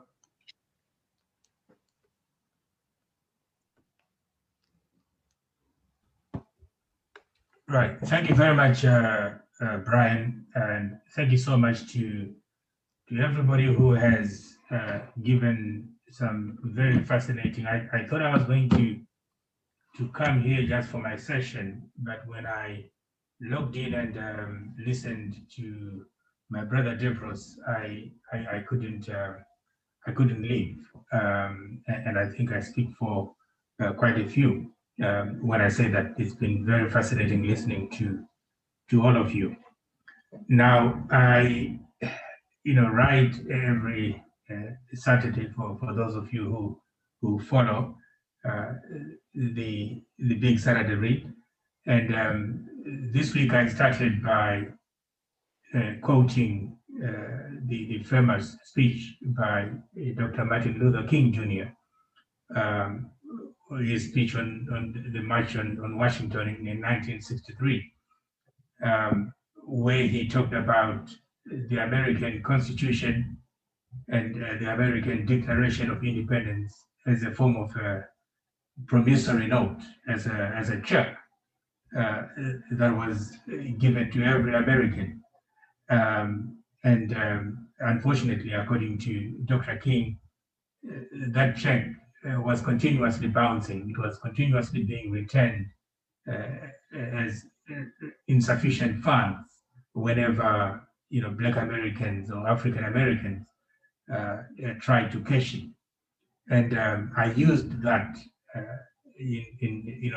adapted it to our situation in Zimbabwe. So when I look at the topic today, the promise, the betrayal, and the future, it is almost very similar that the liberation struggle itself and the independence declaration in 1980, the new constitution negotiated at Lancaster, were a promissory note. There were a check which was given to every Zimbabwean, existing and future. And unfortunately, every time that most Zimbabweans, especially the young Zimbabweans that I speak today, mostly in relation to young Zimbabweans, they have tried to cash in this check, and the check has been returned as insufficient funds.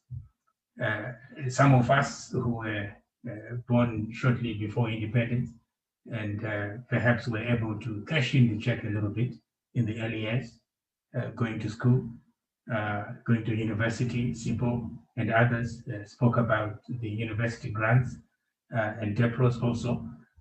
You could say that maybe we had an opportunity to cash in some of that check. But a lot of the younger people, the younger generation, they have not even been able to hold that check.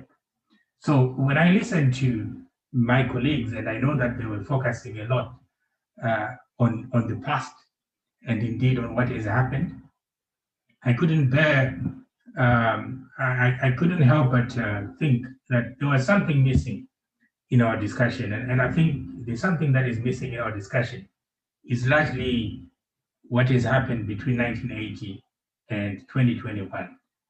Colleagues who were talking about the betrayal touched on a number of things, but it would have been very nice. I think that it would have been excellent if we had a young Zimbabwean, preferably someone who was born after 1980, someone who was born in the 1990s, someone who has never held the check of independence, someone who has tried to cash in the check of independence and has not been able to get anything out of it. Because a lot of us who are speaking today are people who at some point have held that check and have been able to gain a little bit of it, but not much.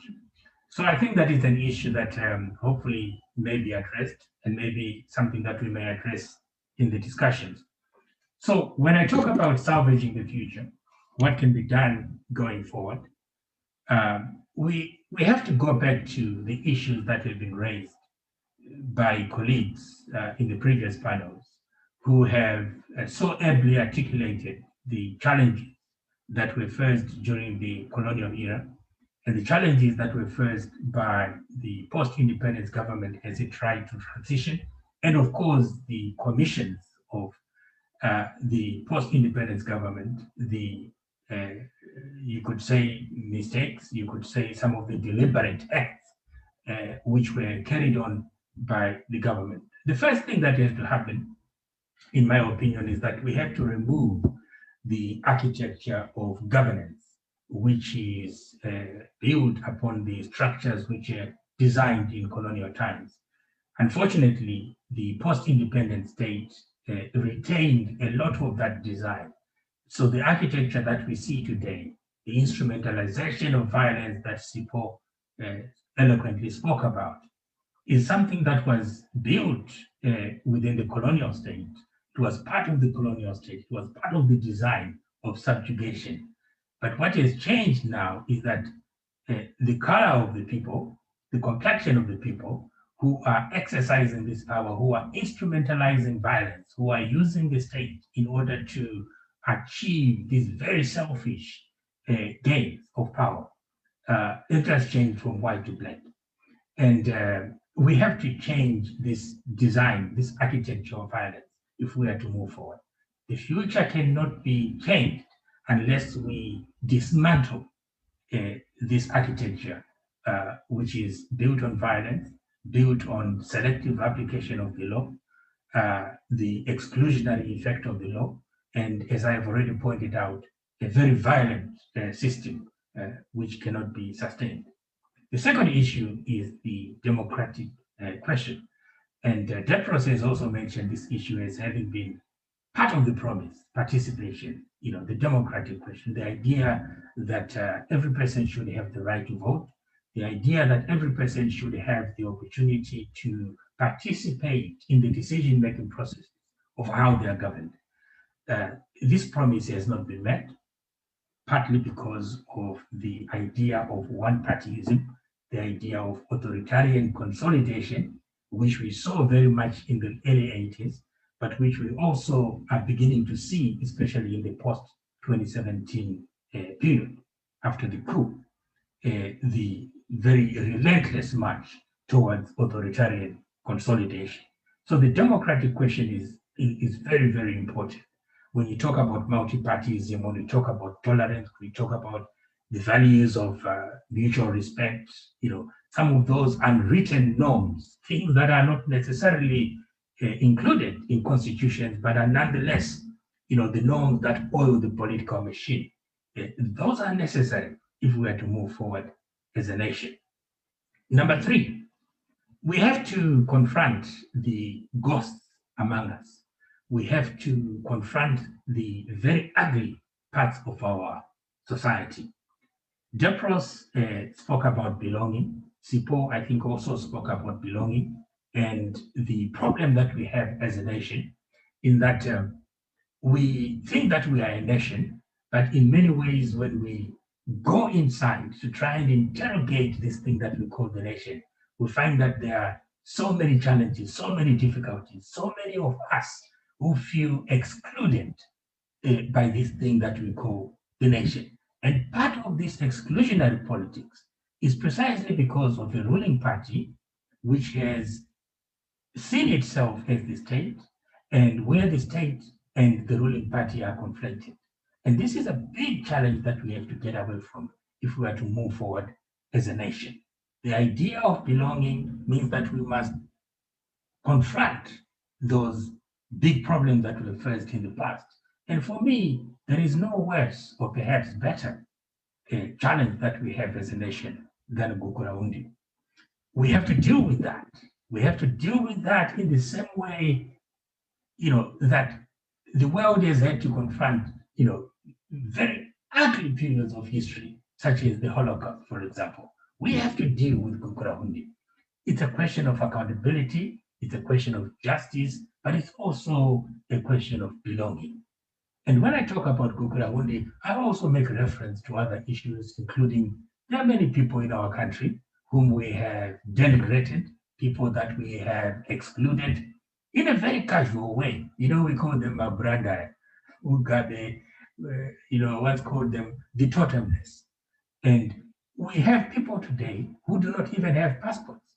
My brother Depros at Amnesty International have recently done a fantastic report which talks about hundreds of thousands of Zimbabweans who are basically stateless.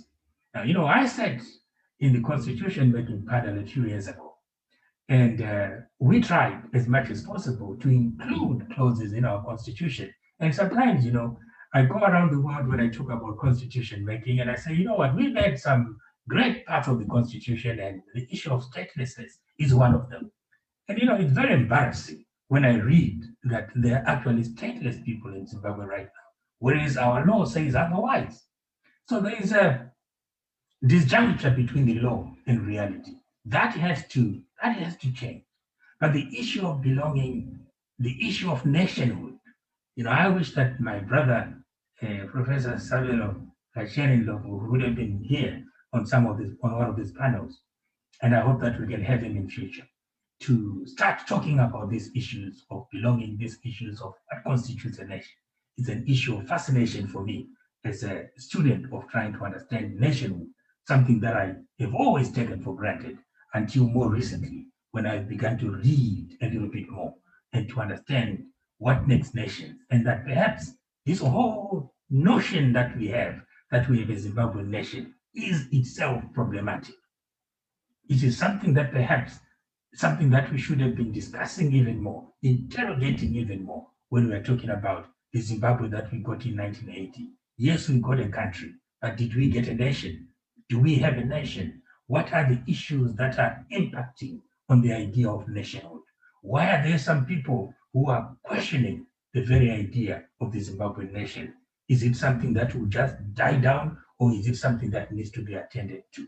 And how do you attend to it? And that's why I talk about attending to Gukurahundi, attending to the 2008 election violence, attending even to the violence that characterized the 1980s elections. There's so much violence that has been prevalent in our country, not only before independence, but also after independence. And again, it continues to this day. The issue of demilitarization, I see Brian is here. I was about to get into my element, but let me talk about demilitarization, my brother Brian. We cannot move forward as a nation unless we demilitarize the state. Our state is a militarized state. It has been for a long time, but I think it has been even more apparent to us Zimbabweans and to everybody else watching from beyond after the November coup in 2017. Without the demilitarization of the state, I do not think that we are going anywhere, because it is part of this militarized state that has created a predatory class, that has created, a class that is interested so much in what some people have called primitive accumulation, to the exclusion of everybody. But it is also the same that is pushing towards authoritarian consolidation. How do you get around the demilitarization of the state? I go back to the point that my brother Sipo mentioned. It cannot be done without the intervention of the people. Very often, we Zimbabweans, we look to people that we call leaders, whether they be civic leaders or opposition leaders or church leaders. But at the end of the day, the responsibility lies in our hands. It is the people who have to make those decisions. Of course, there has to be someone who is to inspire people. There has to be a Martin Luther King Jr. There has to be a Mahatma Gandhi. There has to be someone who stands up and sells a dream to the people, gets people to understand why they are supposed to get together, to understand that the collective is greater than the individual pursuits. At the moment, we are still too focused on me and I. We are not focused on us, on ours. And that is what we must do as a people. I will stop there. I suspect that there will be some questions to come, and I will be happy to address them. Thank you so much, Brian, for your indulgence. Alex, I'm going to ask you to apologize to Advocate Fadzai Mahere for suggesting that she was born before 1980, and to Nicolette, who's going to come. So yes, we do have people who were born after independence, so we will hear from them. Having said that, I'll hand over to Advocate Fadzai Maher. Thank you so much, Alex, for your views. Yeah. Welcome.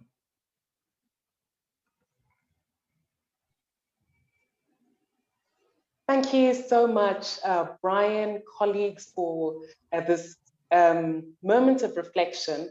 It's such an important conversation to have. I was born in 1985, for the record, a time at which Zimbabwe was only 5 years old, maybe in nursery school or creche. And now Zimbabwe is 41. A lot has happened within that space. And it really is a moment where I think all Zimbabweans need to introspect deeply. The topic of the section is salvaging the future. And what that evokes for me is that something has been broken. And I think a number of the panelists and speakers spoke around the brokenness of our society. We are not short of examples of where our society urgently needs fixing. But at the same time, the idea that it can be salvaged offers a little bit of hope for citizens, for young people, for those who are in the middle. And I really am trying to apply my mind to how we can salvage whatever is left, especially for the future. Now, the topic that I was asked to zone in on is around beyond constitutionalism and the rule of law, making democracy work as it should. And what I just wish to say is that, I'm one of those people who came out of the womb knowing that I wanted to be a lawyer. I have, strong legal training, and I deeply believe in the law. However, what I've learned over time is that the law is only a technical fix for society's deeper structural problems. So, for example, you've got a problem of domestic violence in our society. What do people say? Let's go to parliament, let's enact a law. Does that mean that domestic violence ceases to be a problem? No. You've got problems around environmental management. What do people quickly run and do? Go and draft an Environmental Management Act. Does that change our attitude towards environmental protection? No. So what does that tell us? It tells us that the law is not enough. Simply enacting changes to the law is not enough. Simply drafting a new constitution, as so many eminent scholars, including Dr. Magaisa, did in the lead up to 2013, is so important, but it's not always enough. There is something deeper and stronger that needs to be done. And, I really, was humbled and inspired by some of the conversations around inclusion. We've got Bukrahundi that took place, and many years later, almost 40 years later, remains unaddressed. This is not something that's only a legal problem. We had the examples of Nuremberg, the Holocaust, we've got the examples of the Rwandan genocide, the examples of the atrocities that took place in the former Yugoslavia, at a time where what was taking place there was not per se wrong or illegal. It was wrong, sorry, but it was not illegal. But still, humanity was able to take a step back and say, look, something has happened here that needs to be addressed. So what am I saying? When all is said and done is we need for the ideals and ideas that we want to permeate our society, the blocks upon which we build our nation, to be things that really come from within people. The Constitution, as we learn it, is an elite document. Today, if you're to go in any neighborhood, any village, most people don't know what their constitutional rights are. If they're stopped by the police, they don't know. It's almost like we've come to a place where the Constitution has become a lifeless museum piece, because there is something missing. There is a disconnect between the way we live as a society, the way we're governed as a society, the way our rights are expressed and implemented, and what is written in the law. There is a gap there, and that gap needs to be urgently filled if we are to move forward as a society. So what I would really urge upon everyone is that, firstly, education.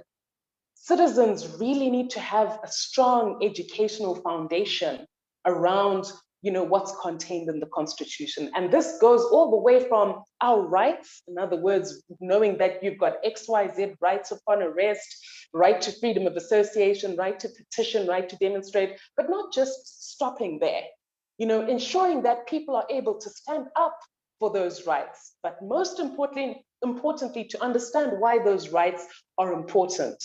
As things stand, you've got your section 59 of the Constitution that says that everybody's got the right to demonstrate. But the minute anybody walks out of their house with a placard that says, save the babies, they're immediately arrested. So when you then say to that sort of a society, you've got constitutional rights, they look at you like you're going crazy. So we really need to come to a situation where, those rights are given life and expression in our lived realities. We have to encourage the citizens in particular. It can't be something that just happens, amongst politicians, amongst leaders in civic society, but the ordinary citizen must come to a place where they understand what their rights are and why those particular rights are important, and be, motivated to fight for them, strongly and forcefully. And I loved what Sipho said, that, change really has to be driven by the people. People power is so important. And I think Comrade Brisai said something similar, that, the people have to have within them an understanding and an urge and a push that, we really want this thing that we call change. We really want this thing that we call a new Zimbabwe. We really want this thing that's called a nation where everybody is included, where everybody is, respected and has a spot and can fit in. Because if we don't do this, if things just remain, if the rights we speak of governance, even electoral rights, only remain something that's our conversation amongst the elite, we're going to come to a place where the Constitution is violated left, right, and center, because the citizens will be suffering these violations and sometimes not knowing, what is transpiring, and that something has been done wrong. And I've said for a very long time, since before I joined politics, that the Constitution should be taught in schools. People should know, what their rights are from a very, very young age. And we've got societies like the United States and, other societies like that, even South Africa, where, people know First Amendment right, Fifth Amendment right. People really have to get to a place where they understand it. And then coming to the atrocities that we've suffered over the years, I mean, there's been reference to Gubra Wundi, there's been reference, or I didn't hear as much reference to other violations that took place. So for example, Operation Muramba China, what took place with the post-election violence in 2008, we have to, as a nation, come together and say, hold on. If we continue to gloss over these atrocities, we're going to have a problem, and it's going to keep coming back. Now, why do I say that? I say that because the law, the Constitution, as we know it has, created all sorts of beautiful things, such as the Peace and Reconciliation Commission, complaints mechanism, and all these things. But we have not seen the political will, particularly on the part of those who are meant to be governing over us. We've also not seen the political will amongst the citizens to really push very strongly. It's almost like we need a consensus around the big questions that define us as Zimbabweans. What is it to be Zimbabwean? What is identity? Who has been included? Who has been excluded? And how do we include them again? We have to have those conversations at a national level, involving everyone, right from those in the villages, those everywhere, so that when we then push for commissions such as the National Peace and Reconciliation Commission to do their job, they are forced to, because the groundswell of citizen and civic engagement is so strong that they have no choice but to do so. And we've seen, over time, pockets of this. So for example, when the violations of the people of Chilonga started, it was good for the first time in a while to see people coming together and raise their voices, around a violation that was about to take place. Of course, the problem hasn't been completely solved. But I think what's important to note is that, when things like that happen, we should not say, no, this is the Chilonga issue. No, that's a Matabeleland issue. We have to come together and say, as Zimbabweans, because we are celebrating the independence of, our nation, Zimbabwe. So you can't break it up and say, no, the people from Manicaland will fight their own battle. People from Matabeleland will fight their own battle, and then, break it up like that. We all have to come together, because if something is affecting, Zimbabweans in the south, in the north, in the east, and the west, it's really going to come back and affect us all. Nobody should be left behind in the promise of independence. And so how do we salvage this? We really have to come to a place where the Constitution, the rule of law, ceases to be, like I said, an elite document, and move to a place where it becomes a genuine, effective tool for transformation, where every single Zimbabwean can enjoy the benefits that are spoken of in the Constitution. And, it shouldn't be a case that, every single time there's a violation, you have to rush to court. Sometimes it should be enough for the citizens to say, no, we know our rights. We know what we're entitled to, and demand it, collectively. Collective action is so important in speaking out against the violations. So let me just conclude by saying that, once all these things are done, we'll be in a position where our society is able to imagine a future that is brighter, that's permeated by freedom, fairness, and opportunity for all, for the young, the old, regardless of gender, and so on. And, the commissions, for example, the National Peace and Reconciliation Commission and various others that a lot of citizens have lost trust in, we will then be able to hold those to account, so that we can come some way to building a Zimbabwe that we can all be proud of. I think I'll stop there. I hope it was 10 minutes, Brian, but if it was not, I strongly apologize. Thank you very much. I shall, in honor of Alex, who thought that we had excluded post-1980 people. I want to seek your permission. We've overshot the time, but I still have 3 colleagues whom I want to hear. Just by way of check-in, can I keep Alex, Fadzai, and Gaino a little longer? Is it okay with you, with your diaries? Can I keep you just a little longer to hear this colleague so that we conclude? Or you have to go? Okay, I'm seeing blank faces, which means I can. I just wanted to hear from Trust Mamombe, Pastor Mandaza, and Nicolette Matuku. Let me just tell you who they are. I have known most of this Trust Mamumbe is the director of the Institute for Economics and Peace. The IEP, the creators of the Global Peace Index, is the foremost global think tank on peace metrics.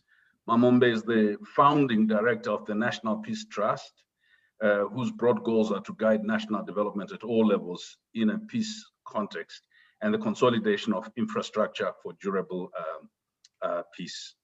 Nicolette is a Pan-African enthusiast, and with over 8 years experience in youth development, she's the COO of Association of African Future Leaders. She serves as a youth delegate for the Global Chamber of Business and sits on the board of the African Agriculture Agenda, amongst other boards with executive positions. She advocates for the inclusion of young people and upskilling to produce world-class citizens. My brother and friend, Pastor Elliot Mandaza, is the pastor of Jabula New Life Covenant Church in Bulawayo. He serves a variety of leadership and voluntary roles, including, amongst others, as vice chair of the Bulawayo province of the Evangelical Fellowship of Zimbabwe. He's a board member of the National Blood Services of Zimbabwe, a member of the Bulawayo Water Crisis Committee, and a volunteer in the IM for Bulawayo Against COVID-19, which is a multi-stakeholder initiative responding to COVID. I'm going to start with Elliot, Pastor Elliot, just to get a perspective from the church in this, how do we redeem the future? And then after you, I'm going to immediately, I'll just try, and if you can do it under 10 minutes, I would be most appreciative, and then I'm going to come to trust. And as is befitting, I'm going to end with the spectacular and fantastic Ms. Nicolette. Many of you who have not heard her before will understand what I mean. My brother, up to you.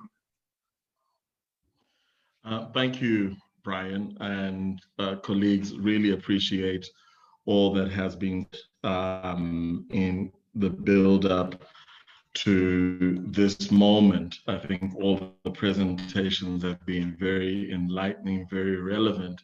And as you can imagine, so much has been said about where we have come from and where we are, that the work of going forward becomes that much more important. Earlier in our dry run, Tendai had wanted to take down those essays by his daughters, and I just suggested that he keep them there so that we remain focused on that what's at stake is not just for us, but to realize that there are future generations depending on our responses and interventions. And so my assignment, my brief, was to speak on the national interest in a context of competing political interests. I am pleased to see that our national president of the Evangelical Fellowship is on this conversation. So if I misrepresent the church in any way, I'm glad that he can always clean up.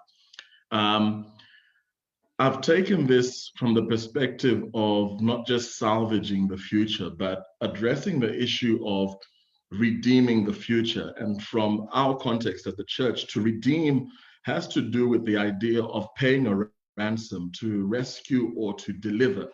And when you talk about redemption, we have to understand that there's always a price to be paid.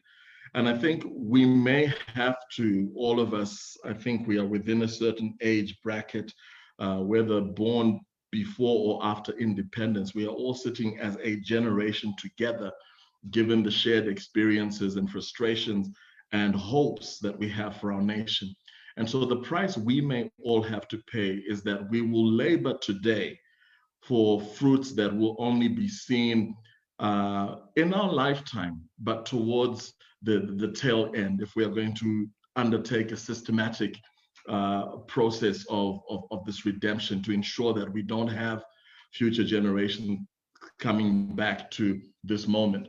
So I think from our perspective, there would be need to create new viable alternative models. And I would propose that these would include the following. Many of these are things that have already been touched on by various speakers in one way or the other, but we now have to start creating and unpacking them. The church presents an opportunity in being able to model at a micro level what could then take place. So first and foremost, I think we need to have a conversation and an agenda for nation building, which could start at a community building level, so that these conversations, as has been said, are not taking place at the higher echelons of society and behind closed doors, but that they're taking place at a grassroots level.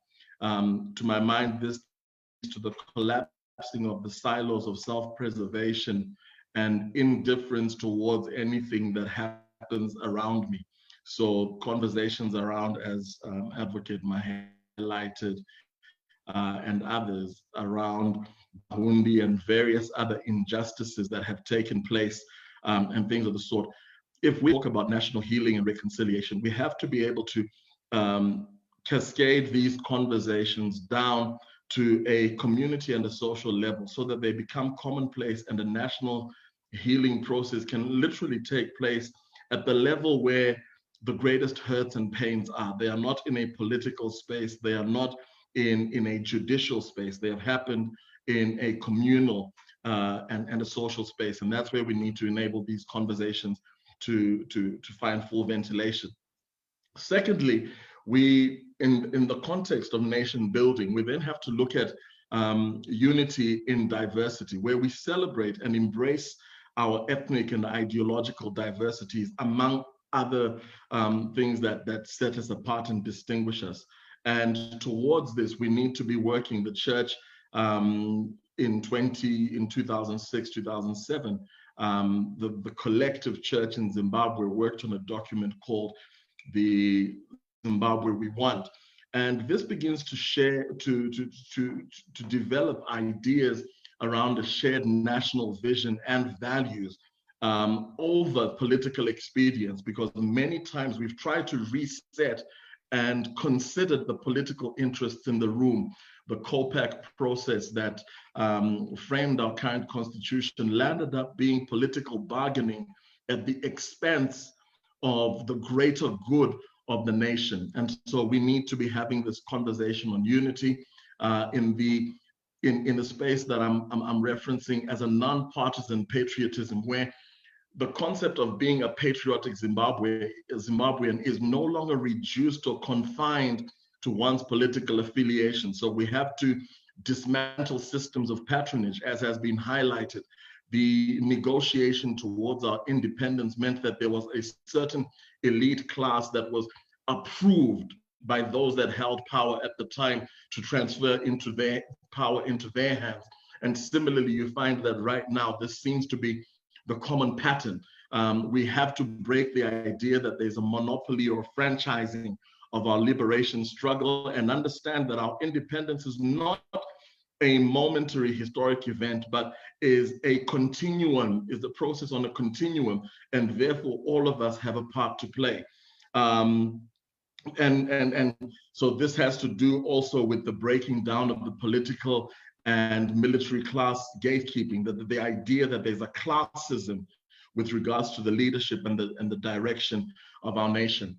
The third thing I would propose, or that we would put on the table, is a truly transformative empowerment and development agenda, which has to do with the dismantling of creating policies, where there has to be an intentional and systematic and systemic development agenda that gives all Zimbabweans, all communities, access to social infrastructure like education and health, as well as to physical infrastructures like water and energy, roads and transport access, communications platforms, to ensure that communities are really given the opportunity, are given access.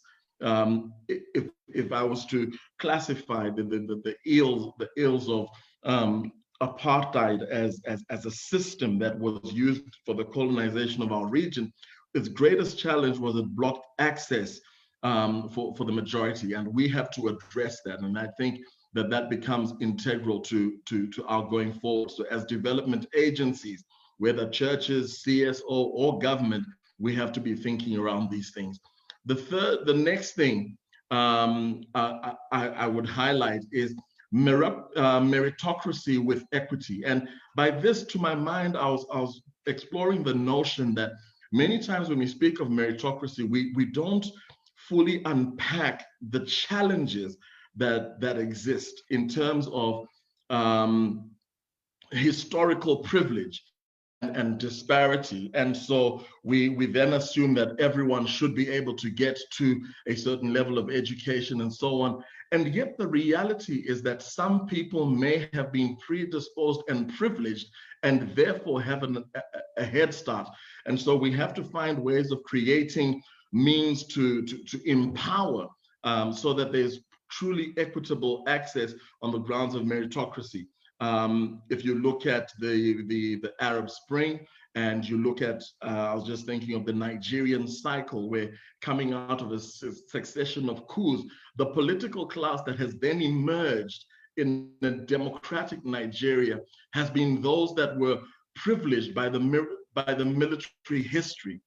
And so unless we are able to level out that playing field, you will find that within Zimbabwe, certain regions of our nation have not had the same access to education. And even those schools were built, Dr. Gwisai highlighted how Fletcher and another school in Gweru were the only ones where a significantly large number of people would then be limited to the few spaces available there, if you think of the challenges we've had with the University of Zimbabwe. So to the extent that even now with multiple state universities across the country, again, because the areas in which they are located did not have primary and secondary schools of a significantly high caliber, you don't have people enrolled in the local universities from those communities, and areas that have a glut of educational facilities are now populating those universities in different provinces. So addressing meritocracy needs to address issues of equity. Also, in addressing meritocracy, we need to find ways of more deliberately and aggressively empowering and elevating women to ensure that they don't feel that they are dependent on men to give them access, but that they are able to fully aspire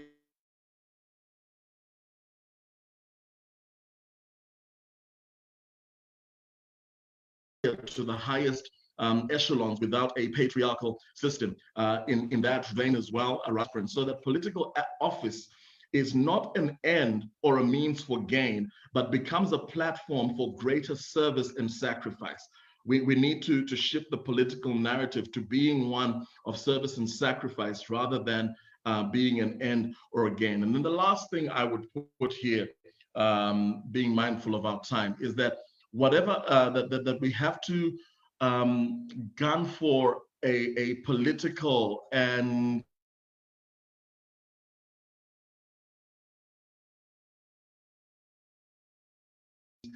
national conversation of ideals and ideas over personalities and identity embraces is around the issue of justice and truth, that the truth needs to be the bedrock of our justice system. The justice system then becomes a thing that's got a basis of morality that gives us an absolute true north from which there's no deviation, which will then help us engage in or partake in conversations that then reframe concepts of power and prosperity so that those can then also be reframed to ensure the accessibility to these things for everyone, especially among other things as the church, we have the ability to help imbue a nation with the value and the dignity of hard work.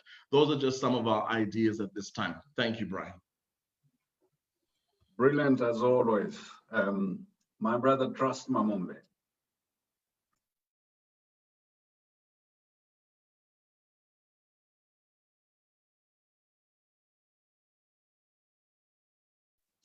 Is Trust online?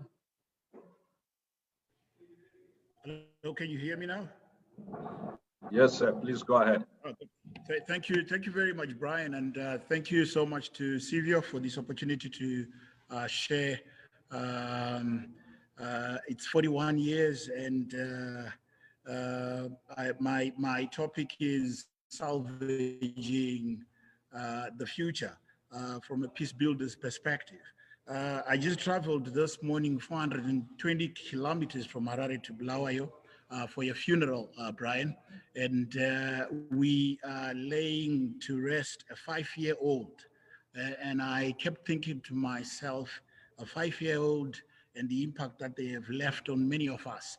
And now thinking about a 41-year-old country, I think is complex, and it is something that I think this kind of conversation only begins to really start grappling with the issues that are very, very pertinent and important for the survival of our country. Coming from a peace background, let me start by saying that we are where we are not by accident. We are where we are today because of the investments that have been made, investments that were made 5 years ago, investments that were made 10 years ago, investments, of course, that were made 41 years ago, and investments that were made even beyond 41 years ago. In other words, the relative peace that we may have today or where we stand today is not an accident. It is because of investments.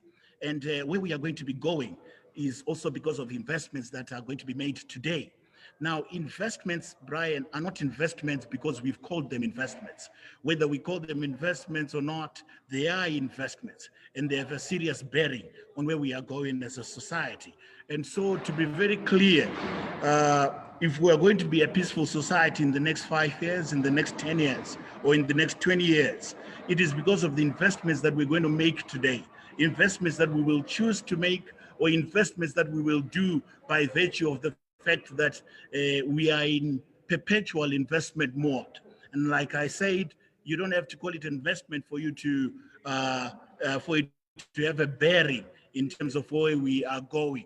And the investments that we make, Brian, from a peace perspective, I would like to categorize them into 8 areas. And these 8 areas have been talked about by fellow speakers in the past hour or two.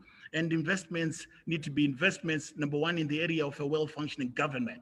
And from a peace perspective, I think you'll be wondering, where does a well-functioning government come in with regards to peace? Let me also underline that peace is not just the absence of violence. Peace is not just the absence of gunshots.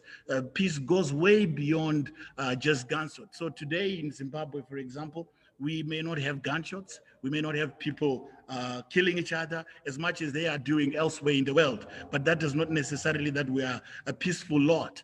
As a matter of fact, coming from a peace background, I come from a place where we actually measure peace. And trust me, what we'll call our strategic peace reserves are at an all-time low. They are so low that it's a very serious cause for concern. And we need to make investments in the areas of what we call the pillars of peace. And one of them, like I said, is a well-functioning government. We need to invest in issues of governance. And really, when salvaging issues, when salvaging the future, when someone talks about governance, it's not just governance of at the central government level or at the local government level, governance even at an individual level. Those are issues that we really need to start grappling with. Governance at the family level. How are we governing ourselves at the family level has a serious bearing and implications on our future and peace as a society. Issues of a sound business environment come to the core in terms of an important pillar of peace. And again, you'll wonder, where does sound business environment come in? Trust me, some of the major problems that we have today could be coming because of the environment we have where there's no investment because the business environment is bad. The impact of that is that in the next year or two, political campaigns begin. And I'll argue that maybe today, someone like you, Mr. Moderator Brian, will not be involved in any way in, say, political party demonstrations, which could turn violent at any turn, for the simple reason that maybe you are gainfully employed. So if we sort out the business environment and we have young people, tens, thousands of them in the streets of Harare, if they are gainfully employed, among other things, they will cease to be political cannon fodder for political party programs or policies that may be miscued. Secondly, equitable distribution of resources. I'll just make a quick rundown of these pillars before I give two takes on really what I'll say is the best way or one of the best foot forward in terms of redeeming the future.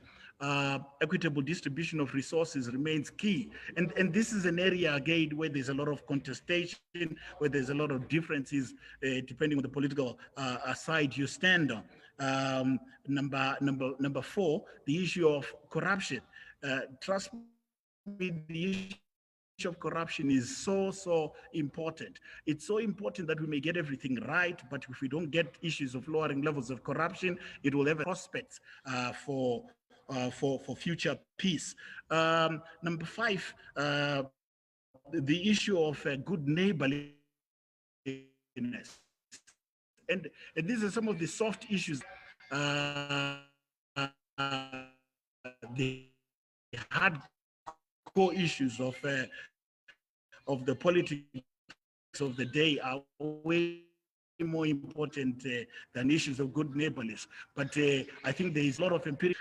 Number six, Brian, I think also in terms of salvaging the issue, it is important that we begin to work seriously on the issues of free flow of information. Free flow of information is very key. It's key because we are where we are because of what we have had or what we have not had. And I think I can go on in terms of explaining that. And then number seven, and also very, very critical, human capital development. Of course, we boast that Zimbabwe is what, 92% literacy rate, but it goes beyond literacy rates and so forth. It also captures the issues of the skills gaps that are there in our society. Are we producing students, learners that are supposed to be, that know what is supposed to be done and is relevant for our society? Now, having said that, Brian, and having just run down those important areas and important pillars of peace, which may sound like they are not hardcore peace issues, but for all intents and purposes they are, because peace is not, peace does not just happen in a vacuum. We don't wake up one morning and Zimbabwe is a peaceful society. Neither do we just wake up one morning and we are a violent lot. We are violent or we are peaceful because of investments in these areas. And I think going forward, how do we salvage the future given the contesting political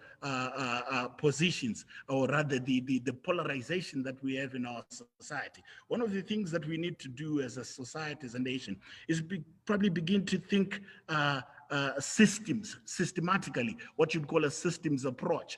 Now, systems is borrowed from the medical world. And it is in the medical world that we really talk about a systems approach. The systems approach basically says that there is nothing that is more important than the other. And I think this is very important as a society going forward. If we're going to salvage anything, given 41 years down as an independent society, systems approach. What's more important, if I would ask? Is it your lungs or your heart or your kidney or your liver or your intestines? What's more important than the other? The fact that you realize that it is difficult for us to say, well, it's the liver or it's the intestines or it's the kidneys or it's the lungs. It's difficult to say what's more important. And I think that kind of approach helps us, because we must get to a place where we realize that while we may think it's the liver or the heart or any of the big 5 organs of our body, it could just be the appendix that could be fatal, that could lead to demise, that could lead to our society getting into serious destruction. It could just be the little pancreas in a very holistic way, and stop thinking that, you know what, what's more important is what ZANU-PF does or what MDC does. It could be very well what we do as individuals, what we do as families, what we do at the local level. So there is no bigger or more important area in terms of fixing our society than the other. While we may be busy focusing on the heart because we think, well, this is the area where blood is pumped, the appendix could be fatal. And I really would have wanted more time to unpack and break this down. But I think it's a whole, yes, The MDC may believe that the kidneys are the most important, and ZANU-PF may believe that, for example, the lungs are the most important. Trying to do away with any one of them really puts the country in a fix. And I think for the past 41 years, this is it. This is what has made us record minimum gains as a society. We have gained lowly for the simple reason that we have tried to say, well, in terms of governance, this is more important. In terms of macro management of the economy, this is more important than the other.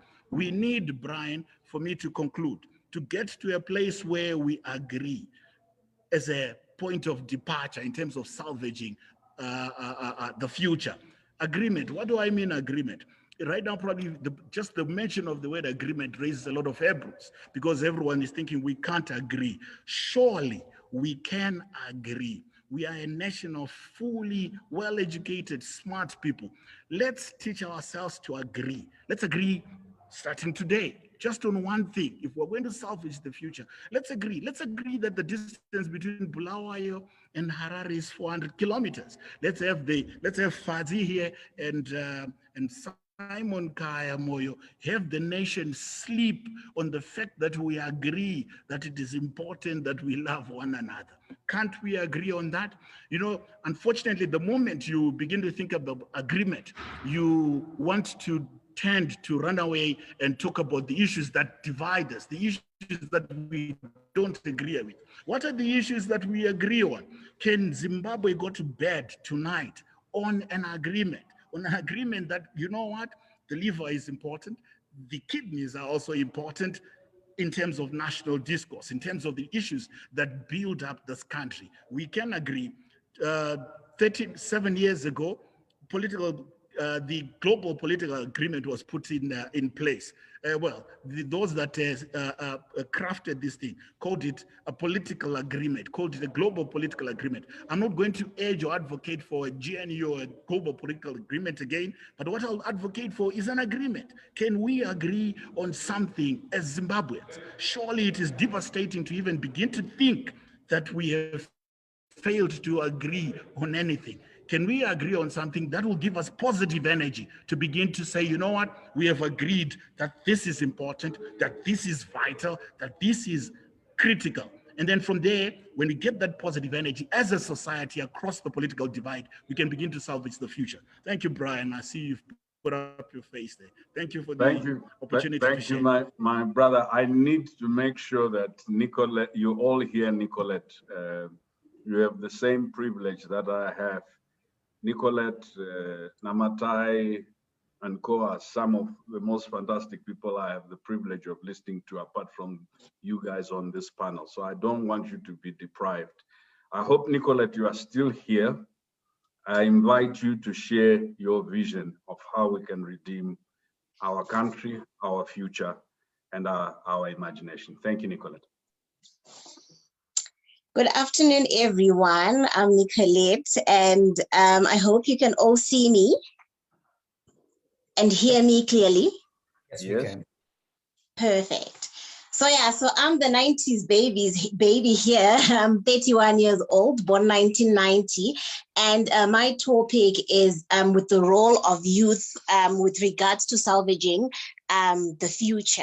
So I think the first thing that we need to look at is demystifying the notion that the youth are the future. And we are actually the current, and we are the biggest group within the demographics. I mean, 18 to 35 and 45 in this country, if not 50. But yeah, I think that's where we need to start. And also just closing the gap between us, the youth, and our senior leaders. So as I was just listening to all the great panelists that have spoken this morning on where we've come from, where we are, and possibly where we are going, there's a big disconnect between the seniors and us, the youngies. And this is politically, you have experienced independence or even pre-independence, the fighting.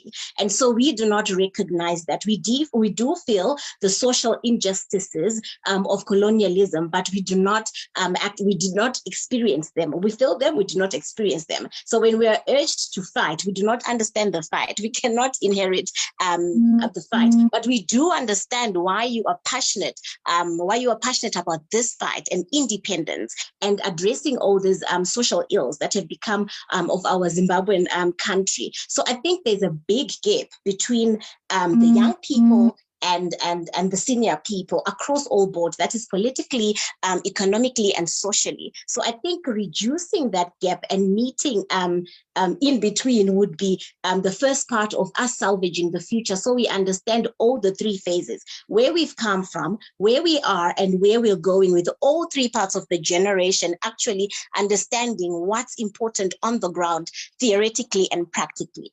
So I think that's where we would start. Secondly, I think we'd look at depoliticizing individual healing. So we've spoken about colonial freedom. We've spoken about civil wars like Gukurahundi that have broken up post independence. And I think going back to social healing individually, is the foundation of social unity. I think that's where it starts. For some of us that are born frees, we do not want to inherit all of these things that have happened. But I think if we start looking at how we can look at each other as citizens across all board, again, economically, socially, and politically, and look at everything that has happened as a distant past, not discrediting everything that has happened, but look at it as a distant past, and actually start rebuilding individually, so that it spills into the community, it spills into the region, and eventually nationally. So we can start looking at each other not as a Shona or Ndebele or white or black, but also just as Zimbabwean. So we do not inherit these things, but we actually start viewing each other as citizens, and we grow from that. So the role of the youth is to depoliticize this individual healing, acknowledging this has happened, apologizing, for our past heroes if we can, and actually finding a way forward where we look at each other as Zimbabwean citizens. And politically, it's for our generation, it's sad that we are young people that have been placed in a place where we have to choose within the two parties, the ruling and the opposition. And now I think practically, or to be real, factually, to look at how now we have the ruling party and the opposition. And I think we have a group of young people that are just not interested in either of the two, but we have to adhere to these two political parties for us to choose politically where we want to align. There's no middle ground that does not concern political, that is just socio-economic. So I think having said that, I've been well known for fighting with African leaders, fighting in dialogue, fighting in debates. But I think I came to a point where I looked at it and I said, I go home, I win a debate, I win dialogue, whatever it is, and it's fulfilling. But when you get home, all of this is theoretical. There's a way that we need to do it practically. So we actually start making a change and healing the nation and, the country as a whole. So these points that I'm just going to rush through and speak in the next 5 minutes are a little roadmap that I have experienced, which is also a part of my journey that I think as youth we can follow and actually start salvaging the future of our country and the interests of us as citizens. So number one is equipping ourselves with knowledge. They always say knowledge is power. So let's stimulate our mind. Let's research. Let's look for information. We've got access to information now. We're always on social media. We've got Google. Information is just a click away. Let's start equipping ourselves, like Fadza said, let's know the Constitution. Let's know what's happening on the ground. Let's be aware and proactive. Let's see what's happening on the ground, but let's have knowledge of things that are happening and how things are happening on the ground. Let's research. So we are equipped with enough. Equipped with enough information to actually start building on a future that we desire, or the current that we would actually desire. Number two, be proactive. So I'm one advocate of us as the youth, not waiting for the government to give us, structural adjustment. Let's not wait for institutions to hand us in a silver platter. Be proactive.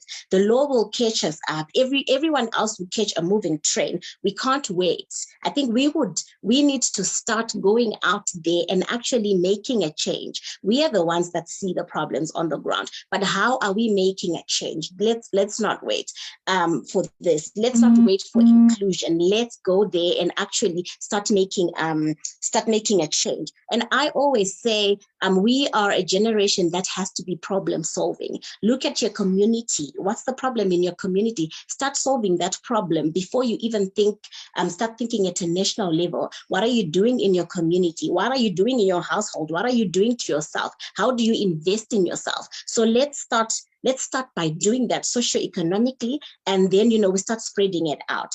Next is establishing physical, geographical, and now virtual relevant communities that actually accelerate us onto the next level. And by this I mean regional integration. For example, let's participate in these things. For example, now there's a campaign on the African Continental Free Trade Area. Let's start engaging in things like that and start thinking. And now we're a global world now, thanks to COVID and IT and the 4IR. So let's start engaging in these things. Let's learn from other people how they've done it. Let's exchange ideas. Let's also put Zimbabwe on a map. Let's make noise about it and actually make a change. Let's participate in decision making forums and all of that. That's the only way that they'll hear our voice, or that's the only way where we'll learn and start seeing avenues where opportunities are, as well as exploring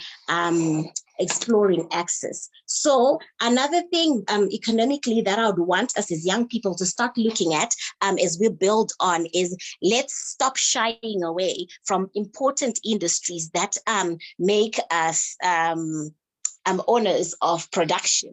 Let's look at, let's not shy away from mining. Let's not shy away from agriculture. Let's look at manufacturing in this country, things that impact our GDP, ownership of means of production. We can't be importing toothpicks. We can't be importing things like that. Let's start thinking innovatively, so we actually start rebuilding that and not wait for the government. Let's make the government irrelevant. Let's start doing these things. I always share a case study of Nigeria, how we went to a city in Nigeria and, the municipalities were not delivering services. And now you go to every house and they have a little septic tank and a whole water system and solar system happening outside. I know we would want it to happen at a national level, but let's make them irrelevant if we can. Let's make them irrelevant if we can and start moving forward. We can't keep waiting. Let's also be aware of regional development. Let's participate in it. There's always access. There's always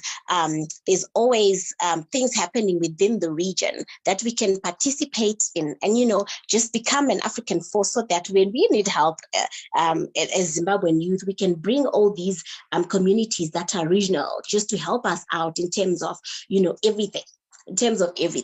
And then I will not also be ignorant in everything that I've said. I will not be ignorant of the challenges that exist for these things to happen. So economic sanctions are a reality, but let's find ways to go around them as we wait for these sanctions to be lifted. They'll take a long time. I'll give an example that has happened in agriculture in this country, where we can't supply certain foods and stuff to the West.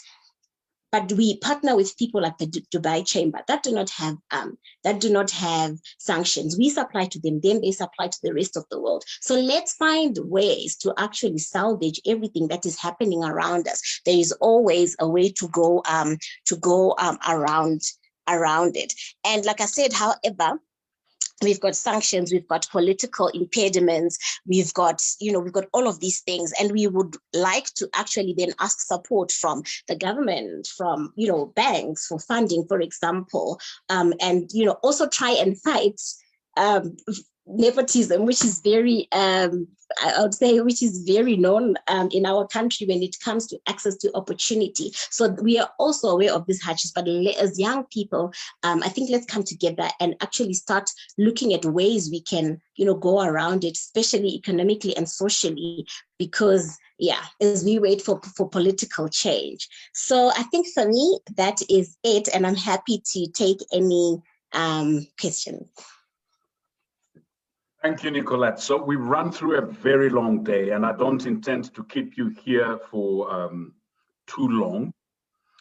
As Uhai and Seville, we were deliberating two things: to bring you the widest spectrum of ideological opinion in our country, and also to bring you a diversity of generational experiences, as well as an attempt at professional diversity.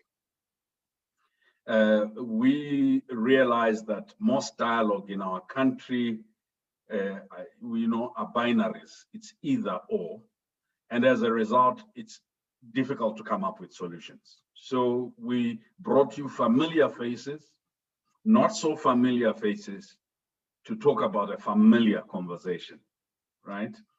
And we brought back through Comrade Choto and others a reminder of the class nature of our politics, the gendered nature of our politics, the questions of identity, of exclusion. So we've had a very wide sense of discussions around imagining the future. I just want to say, as we look at the questions, I'm asking as I speak, please look, all of you look at the questions in the chat, the speakers, and just choose the ones you want to answer. I'm not going to try and read all of them.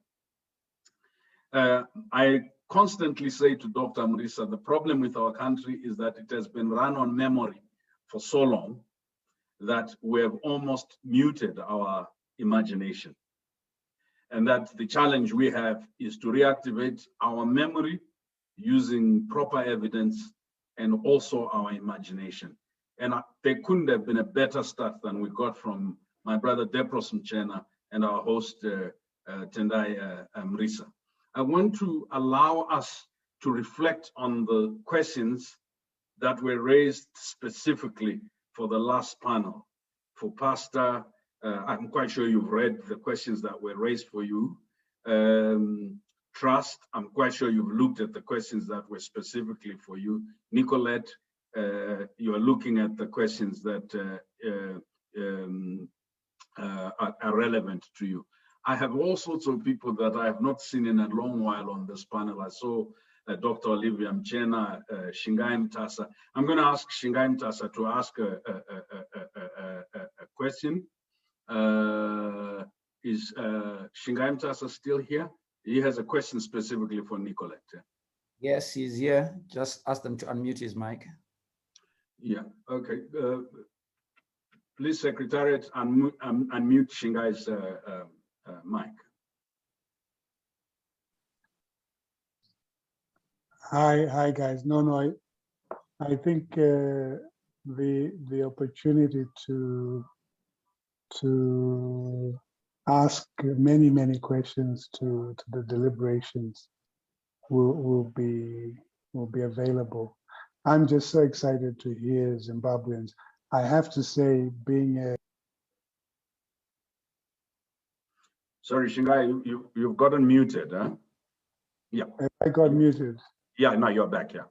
Okay, I have to say, as a baby boomer, I'm so excited to listen and hear the younger generations discuss and talk about our country. But in many ways, I think we have to meet physically in some of these conversations. Again, I come from a world where people see each other. So at some point, I'd love to get Tendai to arrange for us to have a session and a more deliberate discussion about our beautiful country.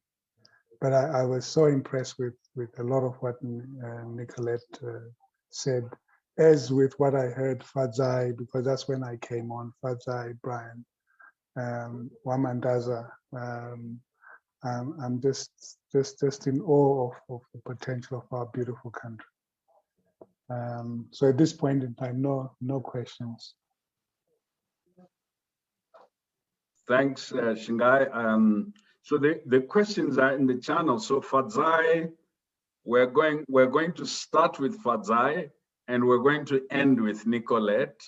So in between, we have, after Fadzai, we'll go to, I think, Gaino, and then we will take it up, Alex, and then follow, end with Nicolette. So I won't interrupt you, just choose. You have less than 3 minutes each, and there are 6 of you, so it's 18 minutes, and then we can round up this conversation. We want people to come next time we invite them.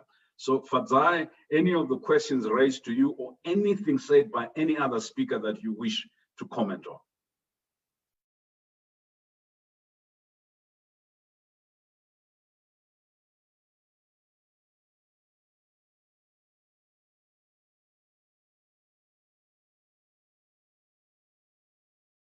Sorry, is Fadzai still here? If Fadzai is not, then let's ask Alex.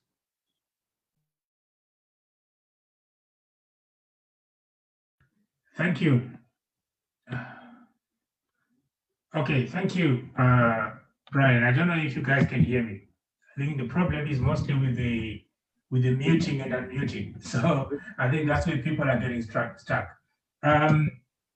Yeah, I mean, look, I mean, what's there to say? That's not been said before. I think that there was an issue that was raised by my brother Mashwana.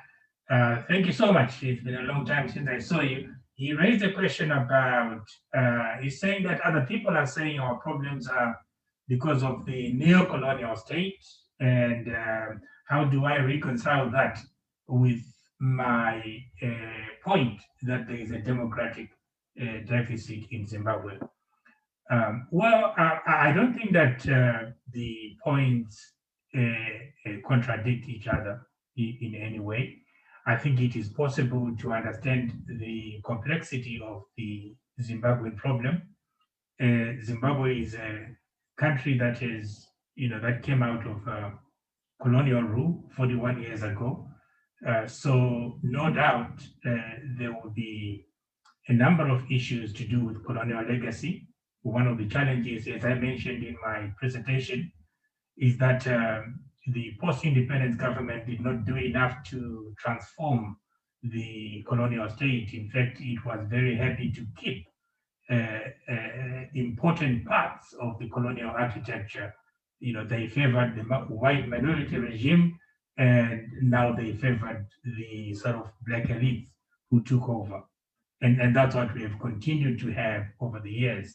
And of course, if you understand that the colonial state itself had a fundamental democratic deficit, there is no reason to doubt that even the post-colonial state, the post-independent state, is itself suffering from a major democratic deficit. So it's a huge challenge. The other point that I wish to make, and I think it has emerged from time to time in the conversations, is of course to understand that Zimbabwe does not exist in a vacuum. Zimbabwe is part of the community of nations, and for that reason, it is also affected by the technologies of global governance. We haven't had opportunity, and I hope that one day we shall have a session which shall allow us to discuss what we refer to as global governance. Technologies such as indicators, networks, and others, which impact the nation state and how they impact developing nations as well as developed nations, but more specifically how they impact Zimbabwe as a nation. I think that there are also some points which I might refer to as a part of the myth of Zimbabwe, multiple myths in Zimbabwe, which I think will also need to be critically examined, to be also debunked, to be debated. And unfortunately, we don't have enough time for us to do that. But I think it's the power of propaganda that we often see that some things that we take for granted actually become believable and therefore impede us from dealing with the issues that are of concern to us. The final point I should make, Brian, is that we must take responsibility. We are 41 years into independence. Zimbabwe is not the only country that was colonized. There are many countries which were colonized, even if our colonial experience was different and unique in its ways, but there are also many countries which underwent similar colonial experiences. They came out of them. They are not still crying about colonialism. They took the issues that were confronting them and they dealt with them. So in my opinion, we must take responsibility seriously across all generations. Thanks, Alex. Is Fadzai online?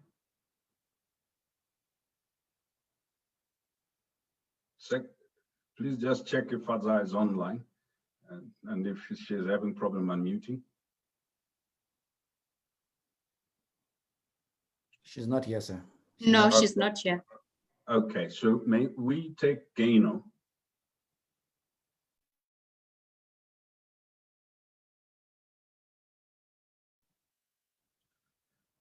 Dr. Paradza?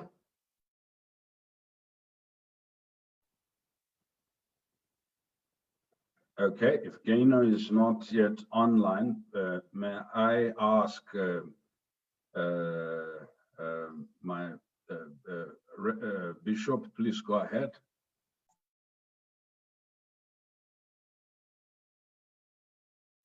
Pastor Mandaza. Yes, I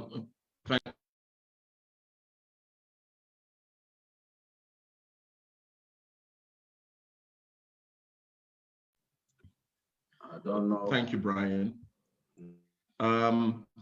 I was trying to search. I didn't see questions. I know that there was an observation about these conversations starting at congregational level, and that's the idea that we want to pursue. That I think is necessary. That it happens in congregations and at community levels. I like what Trust mentioned about agreement, because you find that the background to where we all are as a nation has been fractured, and so being able to break down to a place of common national interest is a conversation that needs to take place within the church as well.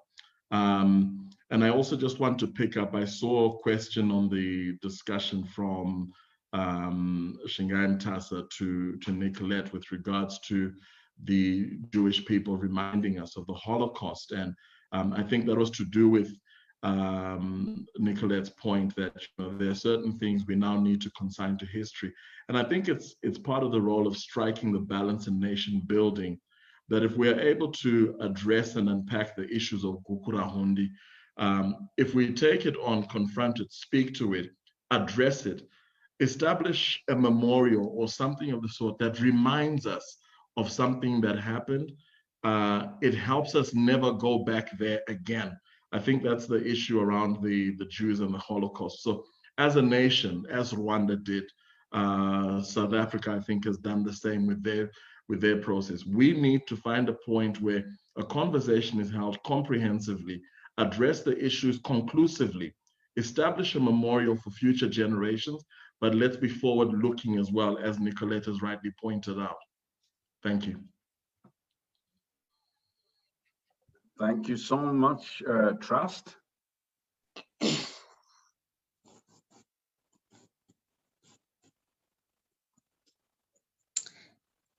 Yeah, so I'm just going to jump in. The question that I actually saw that I would answer is, how do contemporary institutions such as the government take responsibility of colonial injustices of the distant past? So I think this question, how it's structured, actually, this person was trying to say that, the current government might not be responsible of colonialism, but how do they redress and undo the social injustices that colonialism actually brought through? So I actually wrote a few points here on how our current government can actually, redress or address structural injustices now that we can't get to the perpetrator and compensate compensates the victims of colonialism.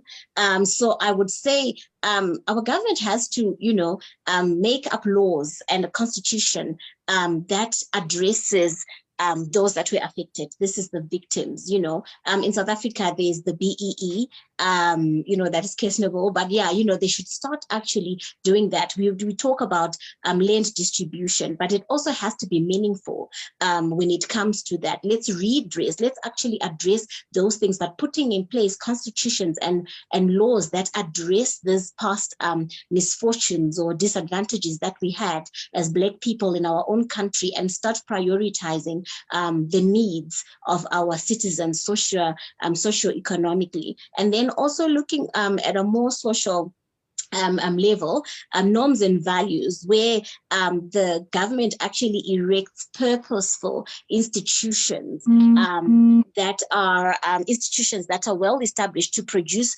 longful and impactful results for citizens and generations to come, not only looking at those that were affected, but the generations to come.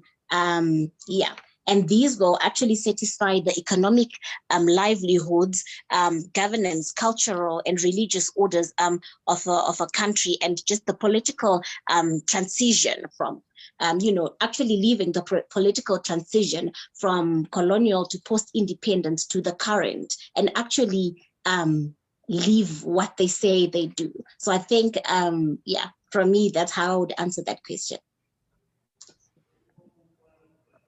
I just want to make sure I've not excluded Trust, Fadzai, and Gaino. I'll make one more last call before I call on Dr. Mrisa. Are any of the three on? Trust, Gaino, or Fadzai? Thanks, Brian. Can you hear me?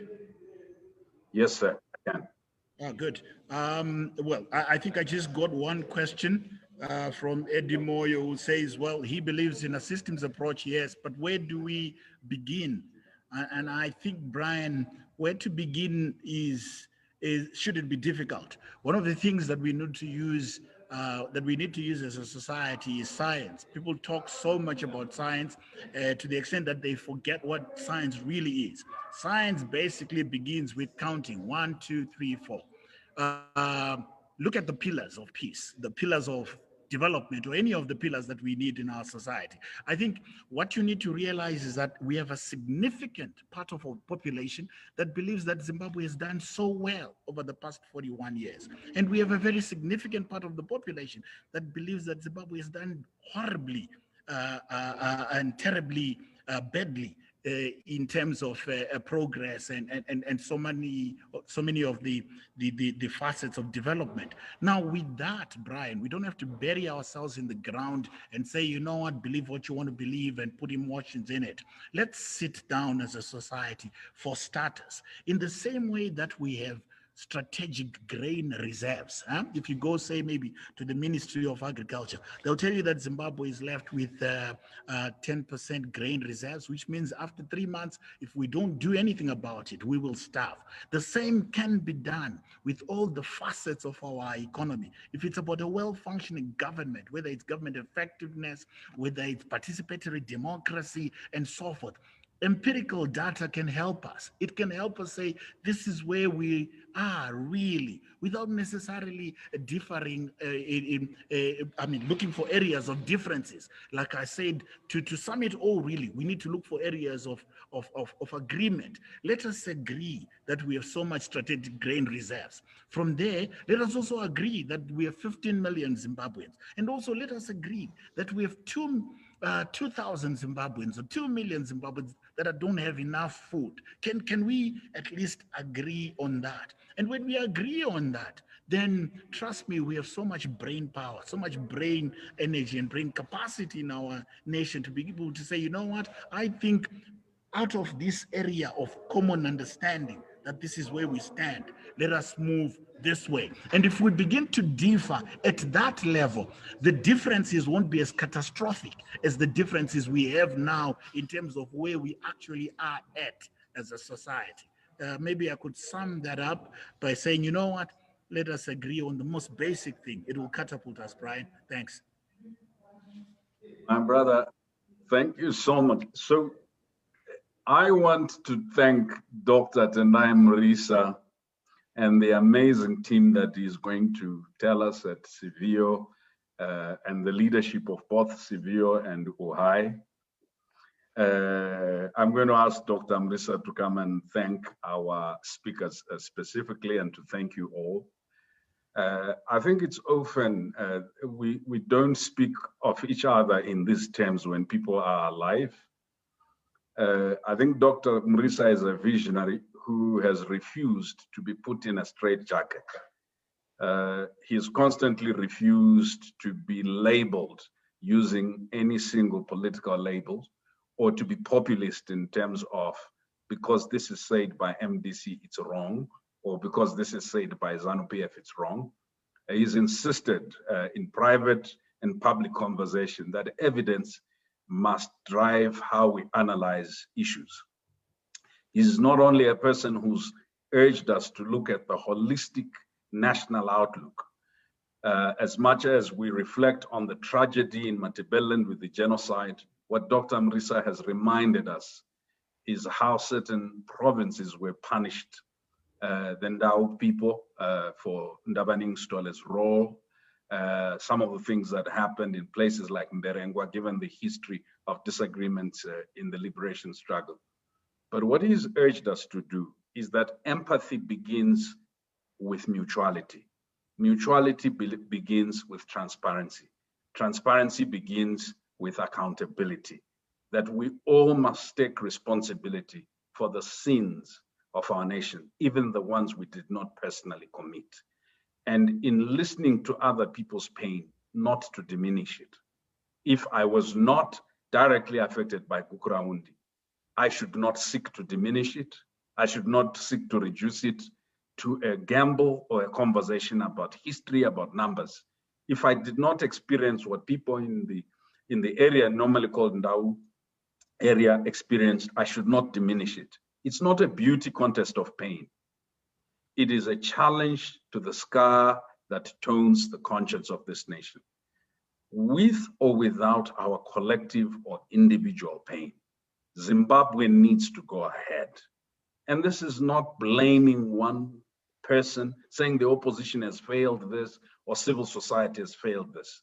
The purpose of this dialogue, as Dr. Mrisa will explain, is to begin to say beyond political parties, as citizens, we bear the responsibility of the mess that our country finds itself in. Yes, it's been authored by governments, but largely those whom we have voted, even those who have stolen elections. I hope you had a wonderful time, but let me call on our host, Dr. Mrisa, to explain to us what this was about and whether you will hear anything from us going into the future. Dr. Mrisa, over to you, sir, and to close us off. Brian, you're very kind. I don't know how you keep calm throughout the whole 3 hours we've had, or 4 hours. So I'll start off by thanking you for the work, the incredible work you have done, and coming on board the way you did when we came up with this idea and to say, let's do it on the 19th.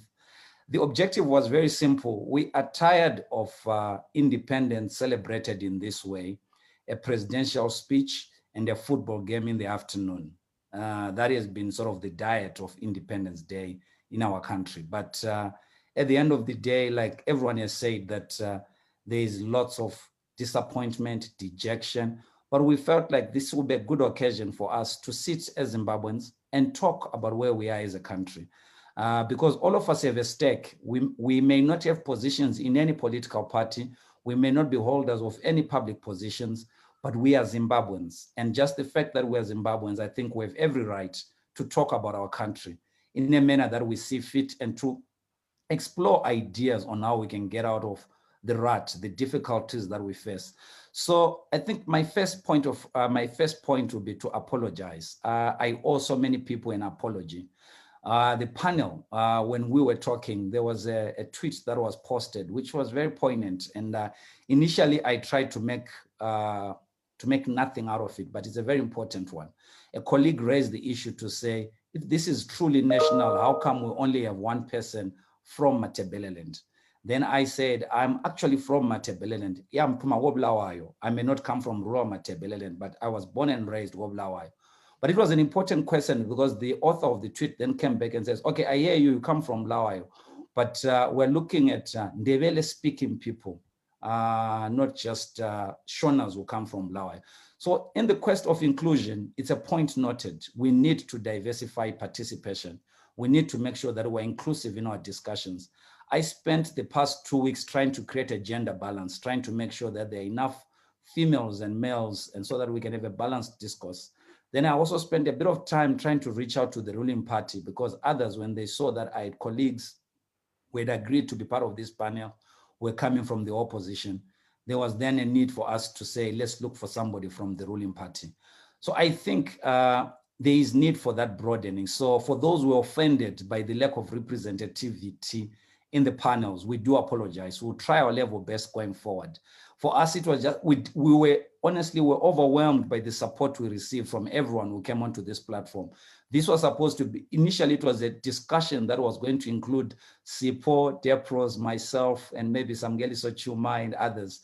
It was just going to be a very one of those to say, what do we do about independence? We're worried about this, etc. But it grew thanks to Depros and Brian sort of thinking big at all times. So it grew to be this national conversation. So I'm so grateful to people who spent 30 minutes, spent an hour, spent 3 hours with us and 4 hours. Really grateful for your input and for your support. And to all friends that we abused and brought into panels. Alex was worried about the time zones, etc. Fadzi was not so sure what we were asking you to do, but still you came and you added something and you made a contribution to a discussion about Zimbabwe. And we're so grateful that you took your time. At the moment, it's difficult to have conversations, even though we've moved to Zoom, because some of us in the NGO sector, we now believe that somebody else should give us data, whatever. And we didn't have a budget for this. This is outside of Sevio's planned events. So we didn't have a budget. So I'm grateful to those colleagues who came and did this and shared their passion. You could tell that every presenter was not only presenting facts, but it was very passionate, because this is the Zimbabwe we love. And I believe, given the wicked problems that our country faces, not wicked in the sense of immoral or that which is opposed to God, but wicked in the sense that they are difficult to define, difficult to understand in terms of their roots and where they have come from. I'm glad that we can have this dialogue. Dialogue is very important in any society. Every society needs to have a conversation within itself.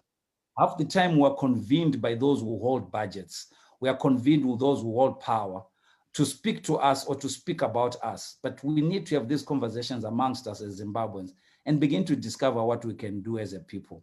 And I welcome the invitation from Koma Shingai around the need for face-to-face meetings. We will organize, but we'll also be knocking on your door for help to have these and make them make a success out of them. But what we can commit as Sevio and what we can confirm on this platform is there will be a report from this conversation. It could be in the form of a very long report, but there will also be a summary of issues, especially the takeaways, especially from the last panel, from what Alex was suggesting, what Fadzi suggested, what Gaino suggested, what Trust, Pastor Elliott suggested, and Nicolette suggested. We will have those action points and begin to identify areas where there's action points can actually be actualized, but also use it as a reminder that we held this conversation on the 19th of April, that if for whatever case we have a similar conversation next year on the 19th of April, there's a bit of stock taking about what we've accomplished. But we are going ahead with these national dialogues via Zoom and also face-to-face as and when resources permit. Throughout the year, we'll be looking for opportune moments to do this. But between ourselves and my colleagues at OHAI, we have a Pan-African mandate, which is beyond Zimbabwe. So our next conversation is actually about the meaning of Africa Day. It's going to be held on Africa Day. And we'll make sure that we advertise this. We'll have Pan-African speakers that will speak into Africa's affairs.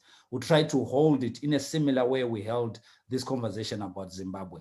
But the idea being, again, we need a conversation about our countries. We cannot leave these important events to leaders or those who hold political office alone. All of us in our different respects have a role to play and a contribution to make. And then finally, I would like to call upon and to thank my colleagues at Sevio who could not have done this by ourselves. They are my partners in crime, push them. It's actually a public holiday, but they're all at the office, making sure that everything is working. I'm grateful to Vuyiso Msembwa. I'm grateful to Joseph. I'm grateful to Eda, my partner in crime, my real boss. They think I'm the boss at Seville, but Eda is my real boss. Grateful to all the members of the team for what they've put together. And just to say thank you. And if you had not enjoyed independence, maybe you are energized by the conversation we've had, it's time for you to go and have some fun and enjoy independence. Thanks again to Brian Kagoro for helping us throughout the day. Thanks, colleagues. Zimbabwe is a great country. Let's make it great in reality. These conversations are inclusive. Going into the future, whether we're talking about Africa or global development, if you really want to participate, please do write to Seville. If you want to be a panelist or you want to moderate, please, we want as many organizations, as many Africans from wherever you come from. And thank you again, as Dr. Mrisa said. Tichaonan, Sizabonan at the next meeting. Tatenda zvikulu kwazvo. Zikomo kwambili. Enkosi.